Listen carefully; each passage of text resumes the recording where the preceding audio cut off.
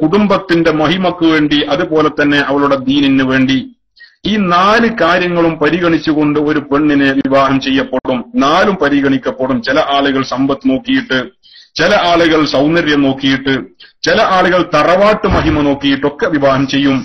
എന്നാൽ അതുപോലെ തന്നെ വലിദീനിഹ, സ്ത്രീകളുടെ ദീന് നോക്കിയിട്ടും വിവാഹം ചെയ്യും. എന്നിട്ട് ഹബീബായ റസൂലുള്ളാഹി തങ്ങൾ വളരെ പ്രത്യേകമായ ഒരു വാക്ക് പറഞ്ഞു, ഫദ്ഫർ ബിദാത്തിദ്ദീൻ, ദീനുള്ള പെണ്ണിനെ കൊണ്ട് നീ വിജയിക്കുക എന്ന്. ദീനുള്ള പെണ്ണിനെ കൊണ്ട് വിജയിക്കുക. ദീനുള്ള പെണ്ണിനെ, ഈ 4 ഗണത്തിലും ദീനുള്ള പെണ്ണിനെ ഒരാൾ സെലക്ട് ചെയ്താൽ അവന് പിന്നീട് ജീവിതത്തിൽ തിരിഞ്ഞു നോക്കേണ്ടി വരില്ല. സൗന്ദര്യം തെരഞ്ഞെടുത്തവന് അവന്റെ ഭാര്യയുടെ സൗന്ദര്യം ക്ഷയിക്കലോടുകൂടെ 2 പ്രസവം കഴിഞ്ഞാൽ അവന്റെ മനസ്സിന് വേദന തുടങ്ങും. അതേപോലെ തന്നെ സമ്പത്ത് തെരഞ്ഞെടുത്തുകൊണ്ട് വിവാഹം ചെയ്തവനാണെങ്കിലും ഇതുപോലെ തന്നെയാണ്. സമ്പത്ത് നശിച്ചാൽ അവന്റെ ആ മനസ്സിന്റെ സുഖവും സന്തോഷവും താൽക്കാലികം മാത്രമാണ്. അതേപോലെ തന്നെ കുടുംബ മഹിമയും, കുടുംബത്തിന് ചീത്തപ്പേര് വന്നാൽ തറവാട്ട് മഹിമയൊക്കെ അതേപോലെ തന്നെ അവന് വലിയ ഭാരമായി മാറും. എന്നാൽ ഒരു പെണ്ണിന്റെ ദീന്, ആ ദീനുള്ള പെണ്ണിനെ ഒരാൾ വിവാഹം ചെയ്താൽ ഒരുപാട് ഗുണങ്ങൾ അതുകൊണ്ടുണ്ട്. കാരണം അവൻ ദീൻ കുറഞ്ഞവനാണെങ്കിൽ തന്നെ അവൾ വഴി അവൻ കൂടുതൽ ദീനിനോട് അടുക്കാനും അവന്റെ ആഖിറം രക്ഷപ്പെടാനും കാരണമാകും അവന്റെ ഭാര്യ. മറ്റൊന്ന്, അവന്റെ മക്കളെ അവൻ ശ്രദ്ധിച്ചില്ലെങ്കിൽ പോലും അവന്റെ ഭാര്യ ഉഖറവിയായ മക്കളാക്കി വളർത്തിയെടുക്കും. അവന്റെ കുടുംബത്തിൽ ദീനിയായ ചൈതന്യം നിലനിൽക്കും. അവന്റെ ഏത് മേഖലയിലും ദീനിയായ ചുറ്റുപാടുകൾ കണ്ടെത്താനും സാധിക്കും. ഇത് പെണ്ണിനെ ആശ്രയിച്ചിരിക്കും. കാരണം അൽ മർഅതു റാഇയത്തുൻ ഫീ ബൈതി സൗജിഹ, ഒരു സ്ത്രീ അവളുടെ ഭർത്താവിന്റെ വീട്ടിലെ ഭരണാധികാരിയാണ് എന്നാണ് പരിശുദ്ധ പ്രവാചകർ സ്വല്ലല്ലാഹു അലൈഹി വസല്ലം തങ്ങൾ പറഞ്ഞത്. അതുകൊണ്ട് തന്നെ അവളുടെ ഭരണകേന്ദ്രമായ ഭർത്താവിന്റെ ഭവനം പരിശുദ്ധമായ ദീനി ചട്ടക്കൂട്ടിലാക്കാൻ ഒരു പെണ്ണിനെ കൊണ്ട് സാധിക്കും. അതിനെന്തു വേണം? അവൻ ദീനുള്ള പെണ്ണിനെ തെരഞ്ഞെടുക്കണം. അങ്ങനെ തെരഞ്ഞെടുത്ത ഭർത്താക്കന്മാരെ സംബന്ധിച്ചിടത്തോളം നാട് മുഴുവനും കുലുങ്ങിയാലും തന്റെ ഭാര്യയുടെ കാര്യത്തിൽ 100% അൽഹംദുലില്ലാ എന്ന് പറഞ്ഞ് സ്വസ്ഥമായി കിടന്നുറങ്ങാം. തന്റെ മകളെ ആ രീതിയിൽ വളർത്തിയ ഒരു ഭർത്താവിനും 100% സന്തോഷിക്കാം. തന്റെ സഹോദരി ആ രീതിയിലുള്ള ഒരു പെണ്ണാണ് എങ്കിൽ ഏതൊരു പുരുഷനും സഹോദരിയുടെ കാര്യത്തിൽ അഭിമാനിക്കാം. അല്ലാഹു തആല അതിന് തൗഫീഖ് ചെയ്യട്ടെ. എന്റെ ശബ്ദം ശ്രവിക്കുന്ന ആളുകളുടെ കൂട്ടത്തിൽ ഭാര്യയെ വിവാഹം ചെയ്ത ആളുകളുണ്ടാകും, വിവാഹം ചെയ്യാൻ ആഗ്രഹിക്കുന്ന ആളുകളുണ്ടാകും, വിവാഹപ്രായമെത്തി നിൽക്കുന്ന പുരുഷന്മാരും സ്ത്രീകളും ഉണ്ടാവാം. അവരൊക്കെ ഈ വിഷയത്തെ ഗൗരവമായി കാണുകയും ഭാര്യയെ തെരഞ്ഞെടുക്കുമ്പോൾ ഇത് വളരെ കണിശമായി പാലിക്കുകയും ചെയ്യണം എന്ന് സാന്ദർഭികവശാൽ ഞാൻ ഓർമ്മപ്പെടുത്തുകയാണ്. ഇനി എന്റെ പ്രിയപ്പെട്ട സുഹൃത്തുക്കളെ, നമ്മൾ വിഷയത്തിലേക്ക് കടക്കാം. ഒരാൾ വിവാഹം ചെയ്ത് കഴിഞ്ഞ് നമ്മളൊക്കെ പ്രവാസികളായ നമ്മെ സംബന്ധിച്ചിടത്തോളം പല ആളുകളും 2 മാസത്തെ ലീവിന് പോയിട്ട് വിവാഹം ചെയ്ത് പെണ്ണ് കണ്ടു കിട്ടാൻ തന്നെ ഏകദേശം 1 മാസം പിടിച്ചിട്ടുണ്ടാകും. എങ്കിൽ തന്നെ അവന്റെ കല്യാണം കഴിഞ്ഞ് 15ഓ 20ഓ ഏറിയാൽ 1 മാസം നാട്ടിൽ താമസിച്ച് വിദേശത്തേക്ക് വീണ്ടും വലിയ പ്രയാസത്തോടുകൂടെ കരഞ്ഞുകൊണ്ട് പറന്നു വന്നവരാണ് നമ്മൾ.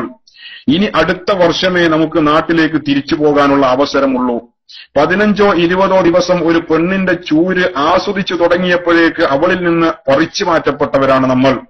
ഇനി നമ്മൾ വലിയ സ്വപ്നമായി കാണുന്നത് നമ്മുടെ ഭാര്യയുടെ അടുക്കിലേക്ക് തിരിച്ചു ചെല്ലലാണ്.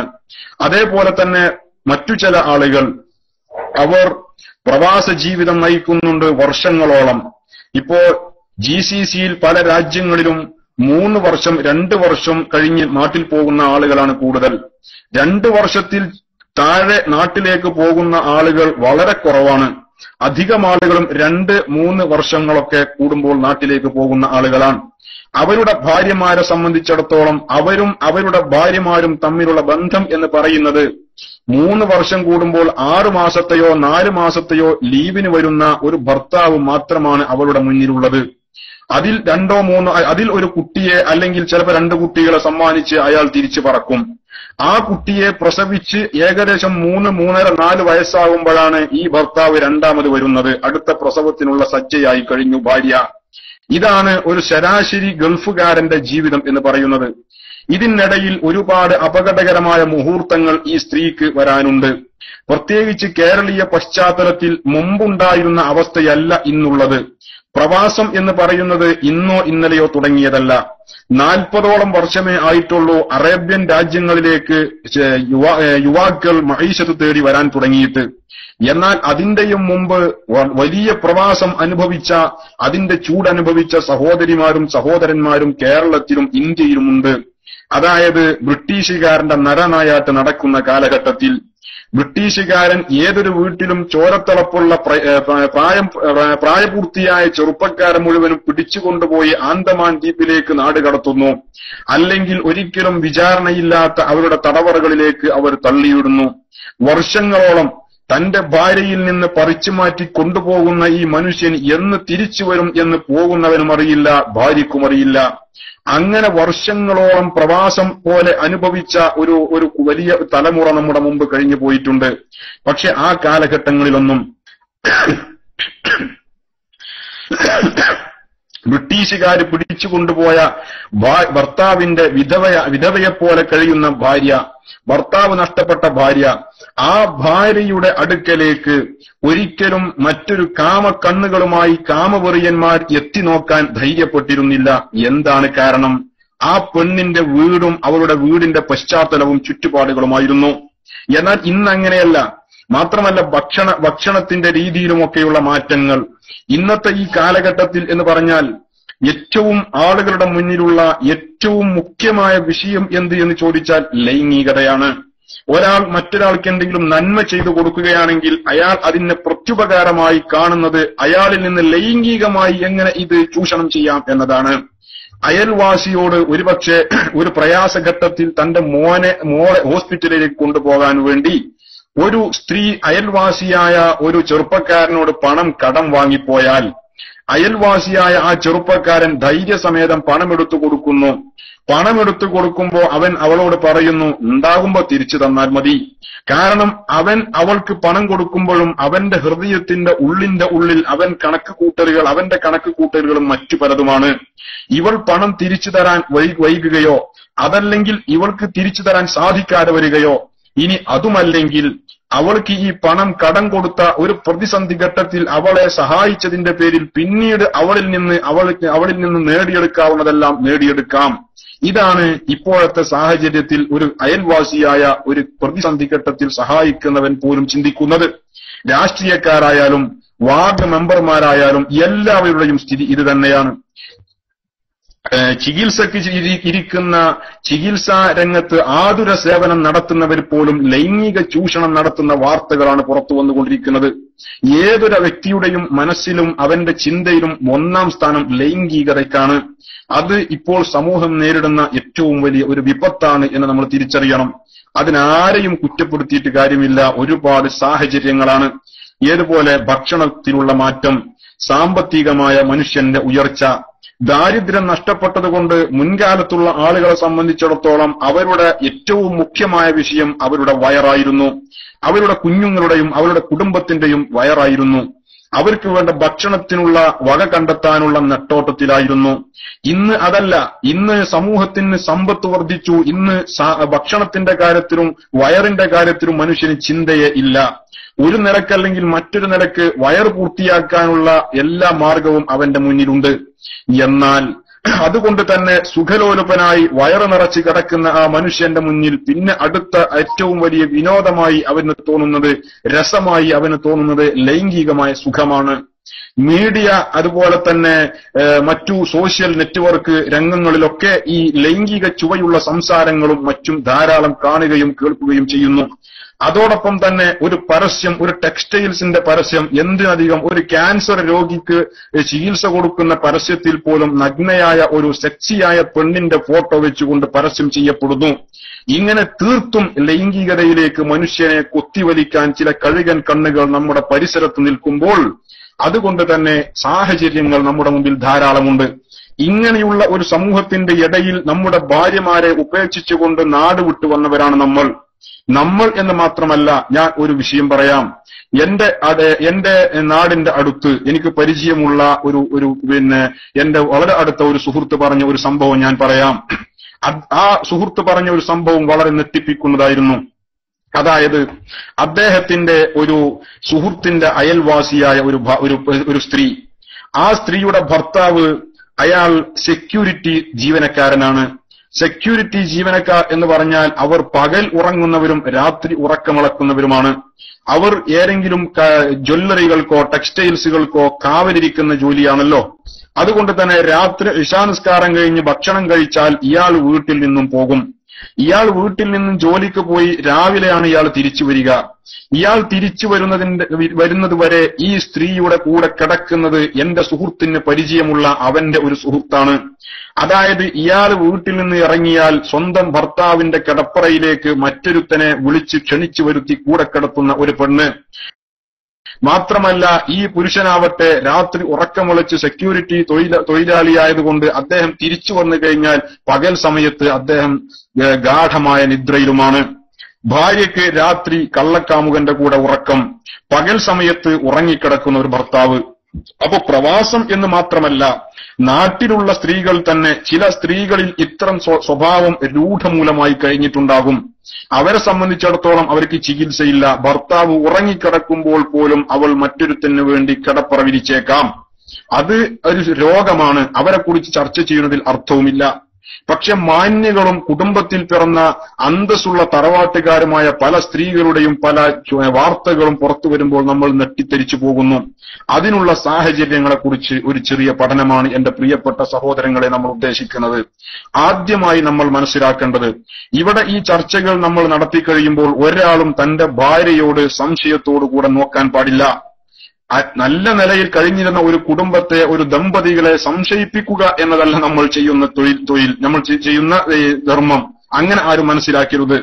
നല്ല നിലയിൽ കഴിയുന്ന ഒരു കുടുംബത്തെ, ഒരു ദമ്പതികളെ പരസ്പരം സംശയിപ്പിക്കുന്ന ഒരു പ്രക്രിയ അല്ല നമ്മൾ ഈ ചർച്ച കൊണ്ട് ഉദ്ദേശിക്കുന്നത്. മറിച്ച് ഒന്നാമതായി നമ്മൾ മനസ്സിലാക്കേണ്ടത് സ്ത്രീയെ കുറിച്ചാണ്. ഹബീബായ മുത്തുനബി സല്ലല്ലാഹു അലൈഹി വസല്ലമ തങ്ങൾ പറഞ്ഞത് ഞാൻ ഓർമ്മപ്പെടുത്തിയല്ലോ. ഏറ്റവും വലിയ സമ്പത്ത് എന്ന് പറയുന്നത് പതിവ്രതയായ സ്വാലിഹത്തായ ഭാര്യയാണ് എന്ന്, പതിവ്രതയായ സ്ത്രീയാണ് എന്ന്. ഈ പ്രവാചകരുടെ ഈ വാക്കിൽ നിന്ന് നമുക്ക് മനസ്സിലാക്കാൻ സാധിക്കുന്ന വലിയ ഒരു വിഷയമുണ്ട്.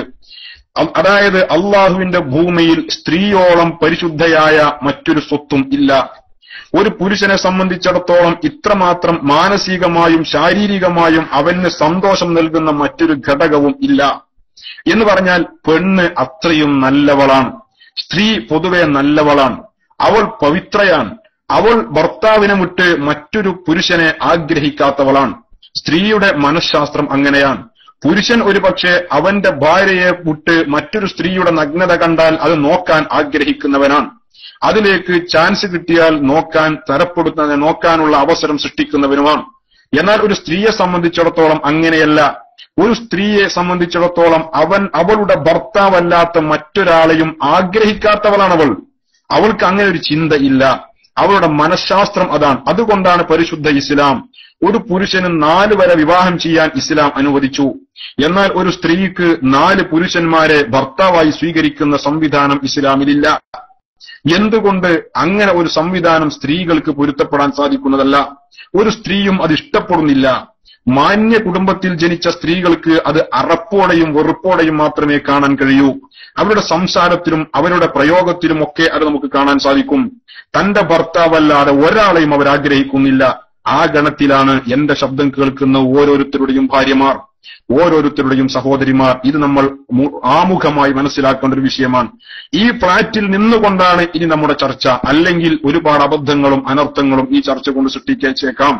അതുകൊണ്ട് ഒന്നാമതായി നമ്മൾ മനസ്സിലാക്കേണ്ടത്, എന്റെ ഭാര്യ വളരെ നല്ലവളും വളരെ പവിത്രയുമാണ്. എന്നെ അല്ലാതെ മറ്റൊരാളെയും ആഗ്രഹിക്കാത്തവളാണ്. ഞാനല്ലാതെ മറ്റൊരാളെയും ഇഷ്ടപ്പെടുകയോ സ്നേഹിക്കുകയോ ചെയ്യാത്തവളാണ് എന്റെ ഭാര്യ എന്ന് ഓരോരുത്തരും മനസ്സിലാക്കുക. അത് സ്ത്രീ അങ്ങനെ തന്നെയാണ്. ഏതൊരു മാന്യയായ സ്ത്രീയുടെയും സ്വഭാവവും അത് തന്നെയാണ്. പിന്നെ എന്തുകൊണ്ട് ചില അനർത്ഥങ്ങൾ സംഭവിക്കുന്നു? ഈ അടുത്ത് പുറത്തു വന്ന ചില വാർത്തകളിലേക്ക് ഞാൻ ഒരു ചെറിയ ഒരു ശ്രദ്ധ നിങ്ങളെ ക്ഷണിക്കുകയാണ്. അതായത് ഈ അടുത്ത് പുറത്തു വന്ന ഏതാനും ചില വാർത്തകൾ, എല്ലാം വായിക്കുന്ന കൂട്ടത്തിലല്ല നമ്മൾ. എന്റെ ഒരു സുഹൃത്ത് ഈ അടുത്ത് പറയുകയുണ്ടായി, സ്പോർട്സിന് പേജ് അനുവദിച്ചതുപോലെ, ചരമകോളം അനുവദിച്ചതുപോലെ ചാടിപ്പോക്കിന് ഒരു കോളം അനുവദിക്കേണ്ടതുണ്ട്. അങ്ങനെയുള്ളൊരു സാഹചര്യമാണ് ഇപ്പോൾ ഉള്ളത് എന്ന് എന്റെ ഒരു സുഹൃത്ത് തമാശ പറയുകയുണ്ടായി. എന്ന് പറഞ്ഞാൽ ചാടിപ്പോയ കഥയില്ലാത്ത ഒരു വാർത്തയുമില്ല, ഒരു പുരുഷന്റെ കൂടെ ചാടിപ്പോയ വാർത്തയില്ലാത്ത ഒരു പത്രം, അല്ലെങ്കിൽ ഒരു വാർത്ത, ഒരു ന്യൂസ് പുറത്തു വരുന്നില്ല. അതുപോലെ തന്നെ ഫേസ്ബുക്കിലും വാട്സപ്പിലും ചാടിപ്പോയതും ചാടിച്ചു കൊണ്ടുപോയതുമായ ഒളിച്ചോട്ടത്തിന്റെ കഥകളാണ് പ്രചരിച്ചു കൊണ്ടിരിക്കുന്നത്. ഇതിലൊക്കെ പ്രതിസ്ഥാനത്ത് നിൽക്കുന്നത് ഗൾഫുകാരന്റെ ഭാര്യയാണ്. അതല്ലെങ്കിൽ മറ്റ് ചാടിച്ചു കൊണ്ടുപോകുന്ന ആളുകളാണെങ്കിലോ അന്യമതസ്ഥരും, അത് തന്നെ കണ്ടാൽ പോലും അറപ്പ് തോന്നുന്ന രീതിയിലുള്ള ഒന്നിനും പറ്റാത്ത ഈഴവ സമുദായത്തിൽപ്പെട്ട ചെറമക്കൾ എന്നൊക്കെ പറയും ഞങ്ങളുടെ നാട്ടില്. അങ്ങനെയുള്ള ആളുകളുടെ കൂടെയാണ് സുന്ദരികളായ പെൺകുട്ടികൾ ഇറങ്ങിപ്പോകുന്നത് പല ഘട്ടത്തിലും. എന്തുകൊണ്ടാണ് ഇത്തരം സാഹചര്യങ്ങൾ സംഭവിക്കുന്നത്? ഇതിൽ നമുക്ക് പുരുഷന്മാർക്ക് വല്ല പങ്കുമുണ്ടോ? ഉണ്ടെങ്കിൽ എന്ന് നമ്മൾ പഠനം നടത്തണം. ഞാൻ പറയുന്നു, പുരുഷന്മാർക്കും ഇതിൽ നല്ല ഒരു പങ്കുണ്ട്. പ്രവാസികളെ സംബന്ധിച്ചിടത്തോളം പ്രത്യേകിച്ചും നാട്ടിലുള്ള പുരുഷന്മാരുടെ ഭാര്യമാരും പോകുന്നുണ്ട്. ഇത് പ്രവാസികൾക്ക് മാത്രം തീരെഴുതി കൊടുത്ത ഒരു സംവിധാനമാണ് എന്നാരും തെറ്റിദ്ധരിക്കരുത്. ഞാൻ നേരത്തെ പറഞ്ഞല്ലോ, ആവർത്തിക്കുന്നില്ല. പുരുഷന്മാർക്ക് ഇതിൽ പങ്കുണ്ടോ? അത് നമ്മൾ പരിശോധിക്കേണ്ടതുണ്ട്. ആദ്യം നമ്മൾ പറഞ്ഞു, നമ്മുടെ ഭാര്യയെ നമ്മൾ സെലക്ട് ചെയ്തപ്പോൾ നമ്മൾ പവിത്രയായ ദീനുള്ള ഭാര്യയെ സെലക്ട് ചെയ്തിരുന്നുവെങ്കിൽ വലിയൊരു ആശ്വാസമാകുമായിരുന്നു. അങ്ങനെ സെലക്ട് ചെയ്ത ആളുകളായിരിക്കും എന്റെ ശബ്ദം കേൾക്കുന്ന മിക്കവാറും ആളുകൾ. അല്ലാത്ത ആളുകൾക്ക്, അത് കാര്യമായി പരിഗണിച്ചിട്ടില്ലാത്ത ആളുകൾ ഒരുപക്ഷെ ഇപ്പോൾ തന്റെ ഭാര്യ നന്നാവണം എന്നാഗ്രഹിക്കുന്നവരുണ്ടാവാം. അവർക്ക് അവളെ നന്നാക്കിയെടുക്കാൻ സാധിക്കും. അവന്റെ വ്യക്തിത്വത്തിലൂടെ, അവന്റെ പെരുമാറ്റത്തിലൂടെ, അവന്റെ സ്വഭാവ വൈശിഷ്ട്യത്തിലൂടെ അവളെ മാറ്റിയെടുക്കാൻ അവനെ കൊണ്ട് സാധിക്കും. അതിനും ശ്രമം നടത്തേണ്ടതുണ്ട്. ഇനി എന്റെ പ്രിയപ്പെട്ട സുഹൃത്തുക്കളെ, ആദ്യമായി നമ്മൾ ശ്രദ്ധിക്കേണ്ടത്, ഒരു ഭർത്താവും ഒരു ഭാര്യയും, ഒരു ഭർത്താവ് അവന്റെ ഭാര്യയോട് സംസാരിക്കുമ്പോൾ ഏതൊരു പുരുഷനും അവന്റെ ഭാര്യയെ അളവറ്റ് സ്നേഹിക്കുന്നുണ്ട്. ഏതൊരു പുരുഷനും അവന്റെ ഭാര്യയെ സ്നേഹിക്കുന്നുണ്ട്. പലപ്പോഴും പല വിഷയത്തിലും നമ്മൾ ഭാര്യമാരോട് അകലം പാലിച്ചാൽ പോലും നമ്മെ സംബന്ധിച്ചിടത്തോളം നമ്മുടെ ജീവിതത്തിന്റെ ഒരു ഭാഗമാണ് നമ്മുടെ ഭാര്യ. നമ്മുടെ ശരീരത്തിന്റെ ഒരു ഭാഗമാണ് അവൾ. ഹുന്ന ലിബാസുല്ലക്കും വഅൻതും ലിബാസുല്ലഹുന്ന എന്ന ഖുർആന്റെ ആ ശൈലി വളരെ പ്രസക്തമാണ്. അതായത് അവർ നിങ്ങളുടെ വസ്ത്രങ്ങളാണ്, നിങ്ങൾ അവരുടെ വസ്ത്രവുമാണ് എന്ന് പറഞ്ഞാൽ ഒരു മനുഷ്യന്റെ എല്ലാവിധ സ്വകാര്യതകളും രഹസ്യങ്ങളോടും സ്വകാര്യതകളോടും ഒട്ടിച്ചേർന്ന് ഇഴകിച്ചേർന്ന് കിടക്കുന്നതാണ് ആ മനുഷ്യന്റെ വസ്ത്രം എന്ന് പറയുന്നത്. അതോടൊപ്പം തന്നെ മറ്റുള്ളവരുടെ കണ്ണുകളിൽ നിന്നും, മറ്റുള്ള ദുർചിന്തകളിൽ നിന്നും, മറ്റുള്ള അക്രമങ്ങളിൽ നിന്നും, അപകടങ്ങളിൽ നിന്നും ആ വസ്ത്രം അവനെ സംരക്ഷിക്കുകയും ചെയ്യുന്നുണ്ട്. എല്ലാ നിലക്കും, ശാരീരികമായ ചൂട് പോലുള്ള വിഷയങ്ങളിലാണെങ്കിൽ അങ്ങനെ, അതുപോലെ തന്നെ നഗ്നത കാണുന്നതിനാണെങ്കിൽ അങ്ങനെ. ആ അർത്ഥത്തിലാണ് ഒരു ഭാര്യയും ഭർത്താവും. അതായത് ഭാര്യയുടെ എല്ലാ സ്വകാര്യതകളും അറിയുന്നവനും, മറ്റുള്ളവരിൽ നിന്ന് അവളുടെ സ്വകാര്യതകൾ മറക്കേണ്ടുന്നവനും, അവളുടെ ശരീരത്തോട് ഏറ്റവും ഇഴകിച്ചേർന്ന് കിടക്കുന്നവനുമാണ് ഭർത്താവ്. ഭാര്യ തിരിച്ചും അങ്ങനെയാണ്. ഇതാണ് ഹുന്ന ലിബാസുല്ലക്കും വഅൻതും ലിബാസുല്ലഹുന്ന എന്ന വിശുദ്ധ ഖുർആനിന്റെ ആ പ്രയോഗത്തിൽ നമ്മൾ മനസ്സിലാക്കേണ്ട പ്രസക്തമായൊരു വിഷയം. അപ്പോ ഭാര്യയും ഭർത്താവും അങ്ങനെയാണ് എന്ന് പറയുമ്പോൾ പിന്നെ എന്തിനാണ് ഈഗോ പ്രശ്നം? ഭാര്യയുടെയും ഭർത്താവിന്റെയും ഇടയിൽ എന്തിനാണ് ഈഗോ? അത് അങ്ങനെയുള്ള ഈഗോ പലപ്പോഴും ഭാര്യ ഭർത്തൃ ബന്ധത്തെ വഷളാക്കുന്നുണ്ട്. ആ ഈഗോ ഏതൊരു ഭർത്താവും മാറ്റിവെക്കേണ്ടതുണ്ട്. അതായത് ഏതൊരു ഭർത്താവും ഭാര്യയെ സ്നേഹിക്കുന്നു, പക്ഷേ സ്നേഹം പ്രകടിപ്പിക്കുന്നില്ല. സ്നേഹം പ്രകടിപ്പിക്കണം. സ്നേഹം പല ആളുകളും വലിയ അഭിമാനമായിട്ട് പറയും, എനിക്കെന്റെ ഭാര്യനോട് വലിയ സ്നേഹമാണ്, പക്ഷെ അത് പ്രകടിപ്പിക്കാറില്ലാന്നേ ഉള്ളൂ. അവനാണ് ഏറ്റവും വലിയ വിഡ്ഢി. ഭാര്യയെ സ്നേഹിച്ച്, ഉള്ളിൽ സ്നേഹിച്ച് പുറത്തവളോട് ദേഷ്യം കാണിച്ചാൽ നിന്റെ ഭാര്യ വലിയ തായിക്കോണമെന്നില്ല. അവൾക്ക് കുപ്പിയകത്തുള്ള വസ്തുവിനെ പോലെ നിന്റെ കൽവ് കാണാൻ കഴിഞ്ഞോളണമെന്നില്ല. അപ്പൊ നിന്റെ ഹൃദയത്തിലുള്ള സ്നേഹം നിന്റെ ഭാര്യ കണ്ടുകൊള്ളണമെന്നുമില്ല. നിന്റെ ഭാര്യ കാണുന്നത് നിന്റെ സ്വഭാവം പുറത്ത് എന്ത് കാണുന്നു എന്നതാണ്. നിന്റെ മുഖഭാവം അനുസരിച്ചാണ് നിന്റെ സ്വഭാവത്തെ അവൾ മനസ്സിലാക്കുന്നത്. അതുകൊണ്ട് തന്നെ ഉള്ളിൽ സ്നേഹം വെച്ച് പുറത്ത് ദേഷ്യം കാണിച്ചാൽ നിന്റെ ഭാര്യയെ നീ സ്നേഹിക്കുന്നുണ്ട് എന്ന് അവൾക്കറിയില്ല. അതുകൊണ്ട് തന്നെ ഭാര്യയോട് നമ്മൾ ശ്രദ്ധിക്കേണ്ടത്, ഒരു ഭർത്താവ് ശ്രദ്ധിക്കേണ്ടത്, സ്നേഹം പ്രകടിപ്പിക്കണം. അവളോട് സ്നേഹം പ്രകടിപ്പിക്കണം. ഒരു സ്ത്രീ എന്ന് പറഞ്ഞാൽ അവൾ അങ്ങനെയാണ്. അവളുടെ അല്ലാഹു സുബ്ഹാനഹു വ തആല അവളെ സൃഷ്ടിച്ചത് അങ്ങനെയാണ്. അവളോട് സ്നേഹം പ്രകടിപ്പിക്കുക. നമ്മൾ വീട്ടിലേക്ക് കയറി ചെല്ലുമ്പോൾ, അല്ലെങ്കിൽ നമ്മൾ ഇപ്പൊ പ്രവാസികളെ സംബന്ധിച്ചിടത്തോളം നമ്മൾ വീട്ടിലേക്ക് ഫോൺ ചെയ്യാൻ പല ആളുകളും നാട്ടിൽ നിന്ന് ഭാര്യ മിസ് കോൾ അടിച്ചാലല്ലാതെ ഫോൺ വിളിക്കില്ല. എന്തുകൊണ്ട്? അവള് മിസ് കോൾ അടിക്കട്ടെ, അവള് മിസ് കോൾ അടിച്ചെങ്കിലേ ഞാൻ വിളിക്കുള്ളൂ, അല്ലാതെ ഞാൻ വിളിക്കുന്നത് മോശമല്ലേ, ഞാൻ അത്ര ചെറുതാകാൻ പാടില്ലല്ലോ എന്നാണ്. സത്യത്തിൽ ഇവൻ വലിയ വിഡ്ഢിയാണ്. ആരുടെ മുന്നിലാ ഇവൻ ചെറുതാകുന്നത്? ഹുന്ന ലിബാസുല്ലക്കും വാൻതുൽ ലിബാസുല്ലഹുന്ന എന്ന് പറഞ്ഞ അവന്റെ എല്ലാം അറിയുന്ന അവന്റെ ഭാര്യയുടെ മുമ്പിൽ എന്ത് ചെറുതാവാൻ? ഒരിക്കലും ആ ചിന്ത ഒരു പുരുഷനിൽ ഉണ്ടാവാൻ പാടില്ല. ഭാര്യയുടെ മിസ് കോൾ കാത്തിരിക്കരുത്. അവൾക്ക് പല കാരണങ്ങളാൽ മിസ്സടിക്കാൻ സാധിക്കാതെ വന്നേക്കാം. ഒരു പക്ഷേ കുടുംബത്തിൽ നമുക്കറിയാം, വീടുകളിൽ പിടുപ്പതി ജോലി ഏതൊരു സ്ത്രീകൾക്കുമുണ്ട്. അതുകൊണ്ട് തന്നെ അതിന്റെ തിരക്കുകൾക്കിടയിൽ അവൾക്ക് വിളിക്കാനും മിസ്സടിക്കാനും സാധിച്ചു കൊള്ളണമെന്നില്ല. അത് മനസ്സിലാക്കേണ്ട ആളുകൾ നമ്മളാണ്. അത് കാത്തിരിക്കാതെ അവളെ വിളിക്കണം. അവളെ വിളിച്ചിട്ട് നമ്മൾ സാധാരണ പ്രവാസികളിൽ കാണുന്ന ഏറ്റവും വലിയൊരു പ്രശ്നമുണ്ട്.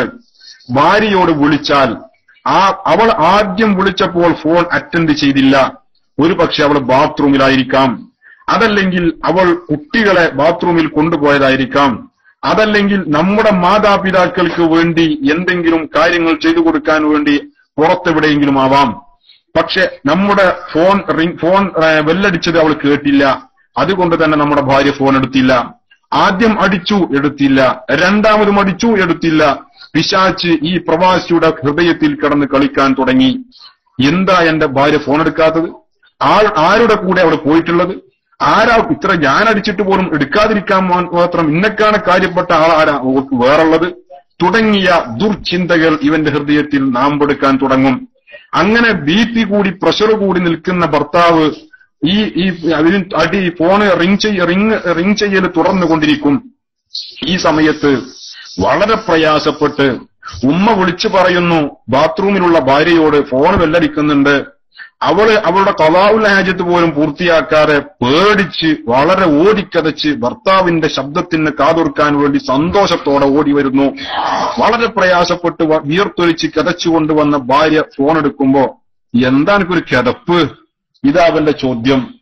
എന്താണിക്കൊരു കിതപ്പ്? ഞാൻ ഫോൺ അടിച്ചപ്പോ എവിടെയായിരുന്നു? എവിടെ ഈ പോയി കിടക്കുന്നത്? ഫോൺ അടിച്ചാൽ എടുക്കാൻ മാത്രമൊന്നും അല്ലേ? എന്താ ഇത്ര പണി അവിടെ?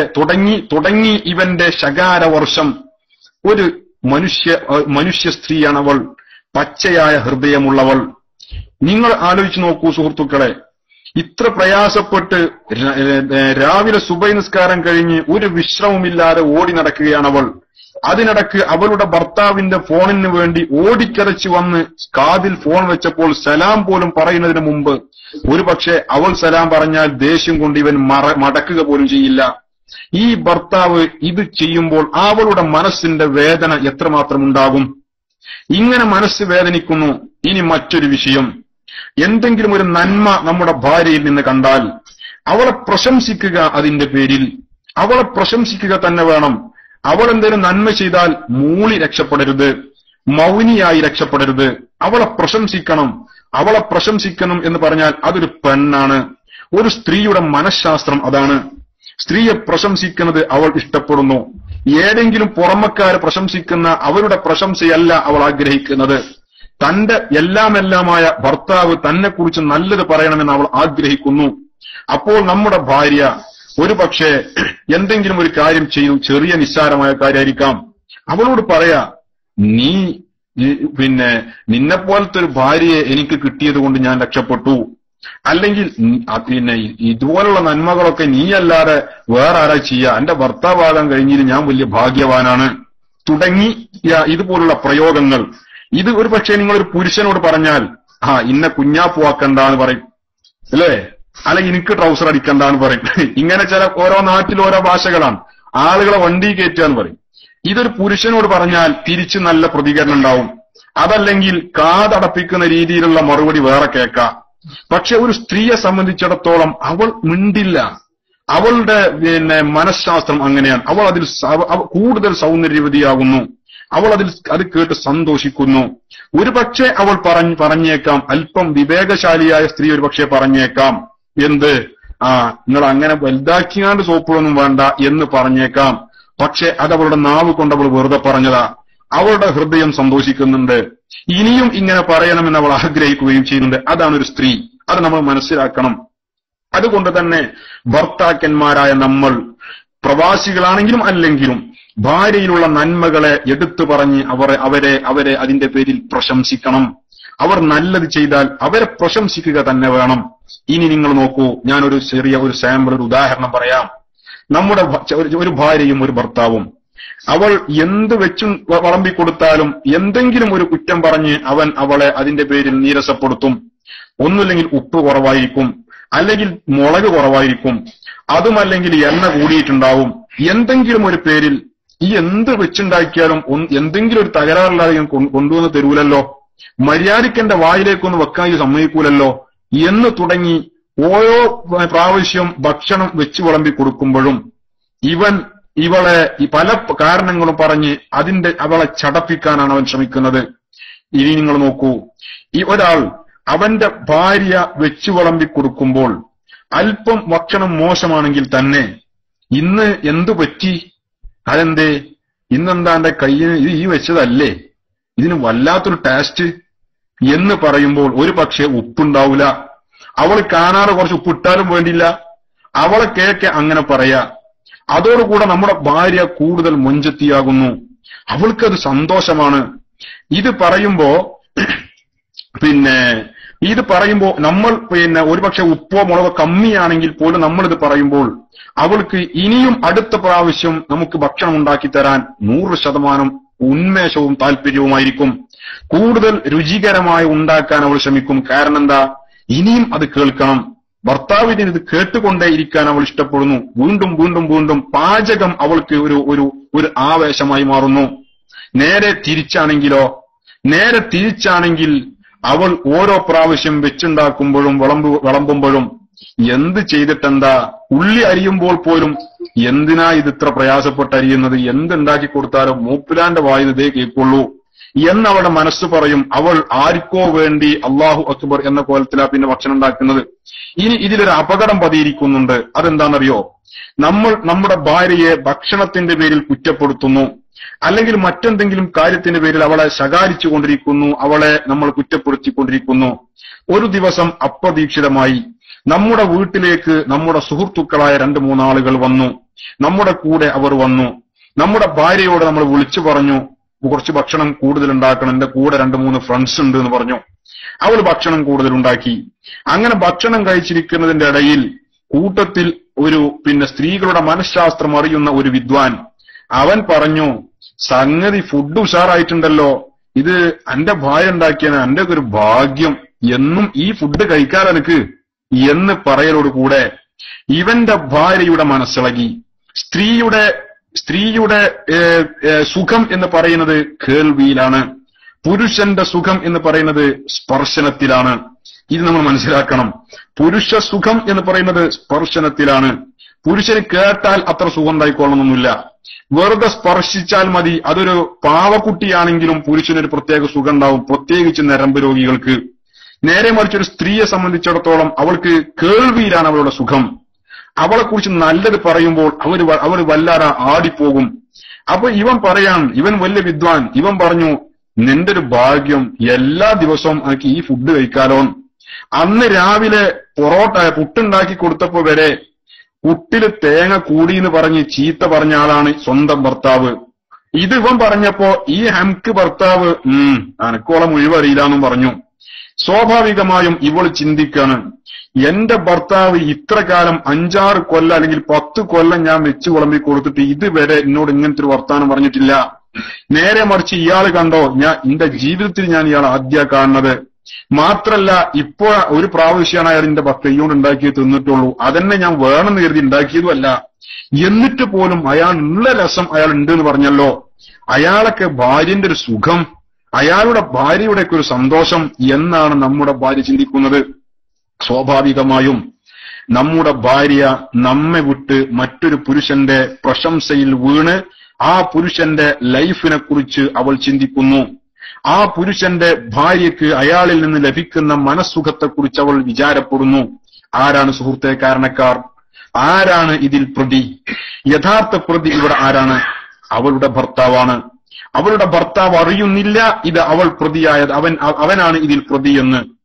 അങ്ങനെ ഒരു പക്ഷെ അന്ന് രാത്രി നിങ്ങൾ ആ കൂട്ടുകാരന്റെ വീടെവിടെ? ഇവൾക്കൊരു താല്പര്യം ഉണ്ടാവും അവനെ കുറിച്ച് അറിയാൻ. നിങ്ങൾ ആ കൂട്ടുകാരന്റെ വീടെവിടെ? അയാൾ ആള് നല്ലോനാണ് എന്നൊക്കെ ഇവൻ പറയുമ്പോ തുടങ്ങി നമ്മുടെ പുരുഷ വികാരം ഉണർന്നെഴുന്നേറ്റു. ഇവൻ എണീറ്റു, ഒരു ഭീകര സിംഹത്തെ പോലെ ചാടി എണീറ്റുകൊണ്ട് ഒരുത്തനെ കണ്ടപ്പോഴേ കണ്ട അങ്ങട്ടാ പോയത്. തുടങ്ങി ഇവന്റെ ശകാരം. അടുത്ത സബ്ജക്ട്. സുബ്ഹാനല്ലാഹ്, ഇവൻ അപ്പൊ ചിന്തിക്കണം, അന്തള്ള ആളാണെങ്കിൽ ബുദ്ധിയുള്ളവനാണെങ്കിൽ ഇതിന് വഴി വെച്ചു കൊടുത്ത് ഇവനല്ലേ? ഈ സ്ത്രീകളുടെ മനഃശാസ്ത്രം അറിഞ്ഞുകൊണ്ട് മറ്റോ സംസാരിച്ചപ്പോൾ നമ്മുടെ ന്യൂനത കൊണ്ട് അവൾക്ക് സംഭവിച്ചു പോയതാണിത്.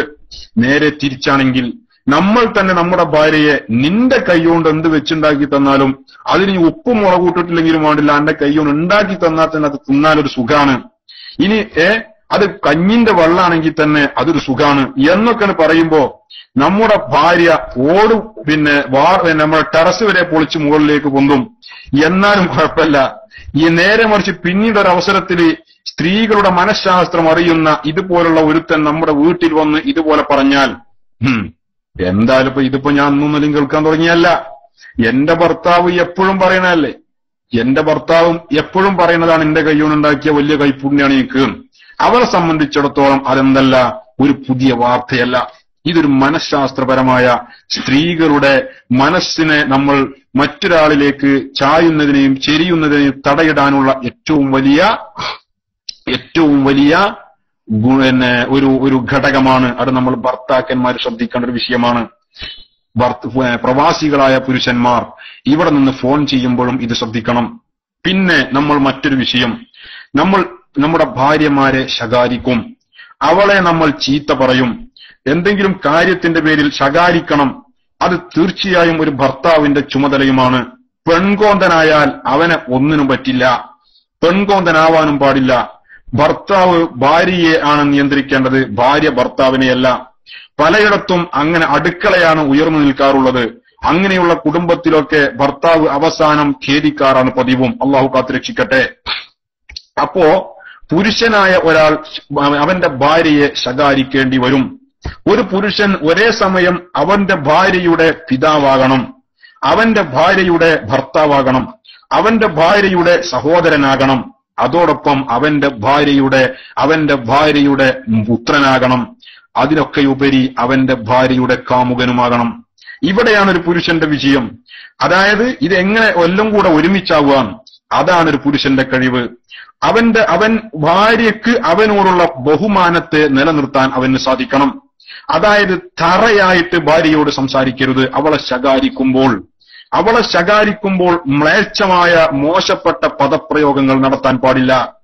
ഞാൻ ഓർക്കുന്നു, ഞാൻ വിവാഹം കഴിക്കുന്നതിന് മുമ്പ് എന്റെ നാട്ടിൽ ദർസിൽ നിന്ന് നാട്ടിൽ ലീവിന് പോയാൽ നാടിന്റെ അടുത്തുള്ള പള്ളിയിലാണ് ഞാൻ രാത്രി കിടന്നുറങ്ങുക. വീട്ടിൽ അത് അങ്ങനെ ഒരു റായത്തായതുകൊണ്ട് അങ്ങനെ പള്ളിയിലാണ് കിടന്നുറങ്ങിയിരുന്നത്. അന്ന് ഞാൻ കിടന്നുറങ്ങുന്ന എന്റെ നാട്ടിലുള്ള പള്ളിയുടെ തൊട്ടുചാരെ ഒരു ക്വാർട്ടേഴ്സ് ഉണ്ട്. ആ ക്വാർട്ടേഴ്സിൽ നിന്ന് രാത്രിയുടെ അർദ്ധരാത്രിയിൽ, അതായത് തഹജ്ജുദിന്റെ ഒക്കെ സമയമാകുമ്പോ പുറത്തേക്ക് വരുന്ന ചില ദിക്റുകളുണ്ട്. സുബ്ഹാന ജല്ല ജലാലു. കാതിൽ പഞ്ഞിയല്ല, കാതിൽ പാറ തിരികിയാൽ പോലും നമ്മൾ അറിയാതെ ഛർദ്ദിച്ചു പോകും. അവിടെ രണ്ട് ദമ്പതികളുണ്ട്. അതിൽ പുരുഷൻ അല്പം മയക്കത്തിലാണ് വീട്ടിലേക്ക് കടന്നു വരിക. പുരുഷൻ അവളെ നിസ്സാര കാര്യത്തിന്റെ മേലിൽ തുടങ്ങിയിട്ടുണ്ടാകും.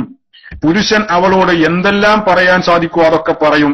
അവൾ ഒട്ടും കുറയ്ക്കില്ല. അതിനൊക്കെ ഷറഹെയ്തിയിട്ട് അവൾ തിരിച്ചിങ്ങോട്ടും പറയും. ഇത് കേൾക്കുന്ന നമുക്ക് ഉറങ്ങാ വേണ്ടത് കരയാ വേണ്ടതെന്ന് അറിയാതെ പ്രയാസപ്പെടും. ഇത് പല വീടുകളുടെയും അവസ്ഥയാണ്. ഇത് വലിയൊരു അപകടം ഉണ്ടാക്കും. കാരണം ഇതാണ് ഈ വീട്ടിലെ മക്കൾ കേട്ട് വളരുന്നത്.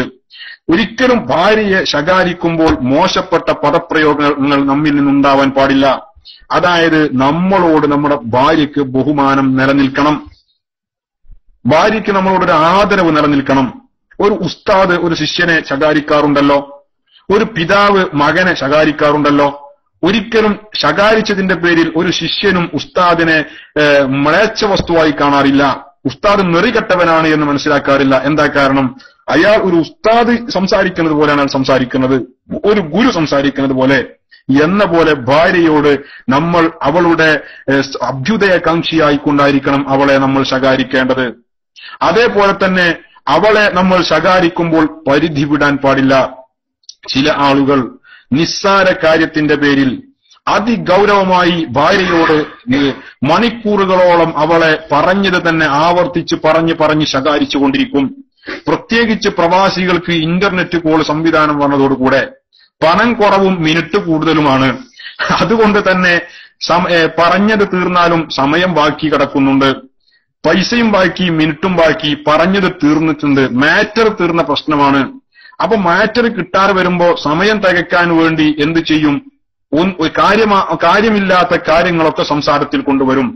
എന്തെങ്കിലും ഒരു ചെറിയ നിസ്സാര കാര്യത്തിന്റെ പേരിൽ ശകാരത്തിന് അവളെ പറഞ്ഞത് പോരാ എന്നവന് വീണ്ടും തോന്നാൻ മണിക്കൂറുകളോളം അവൻ അവന്റെ ഭാര്യയെ ശകാരിച്ചുകൊണ്ടേ ഇരിക്കുന്നു.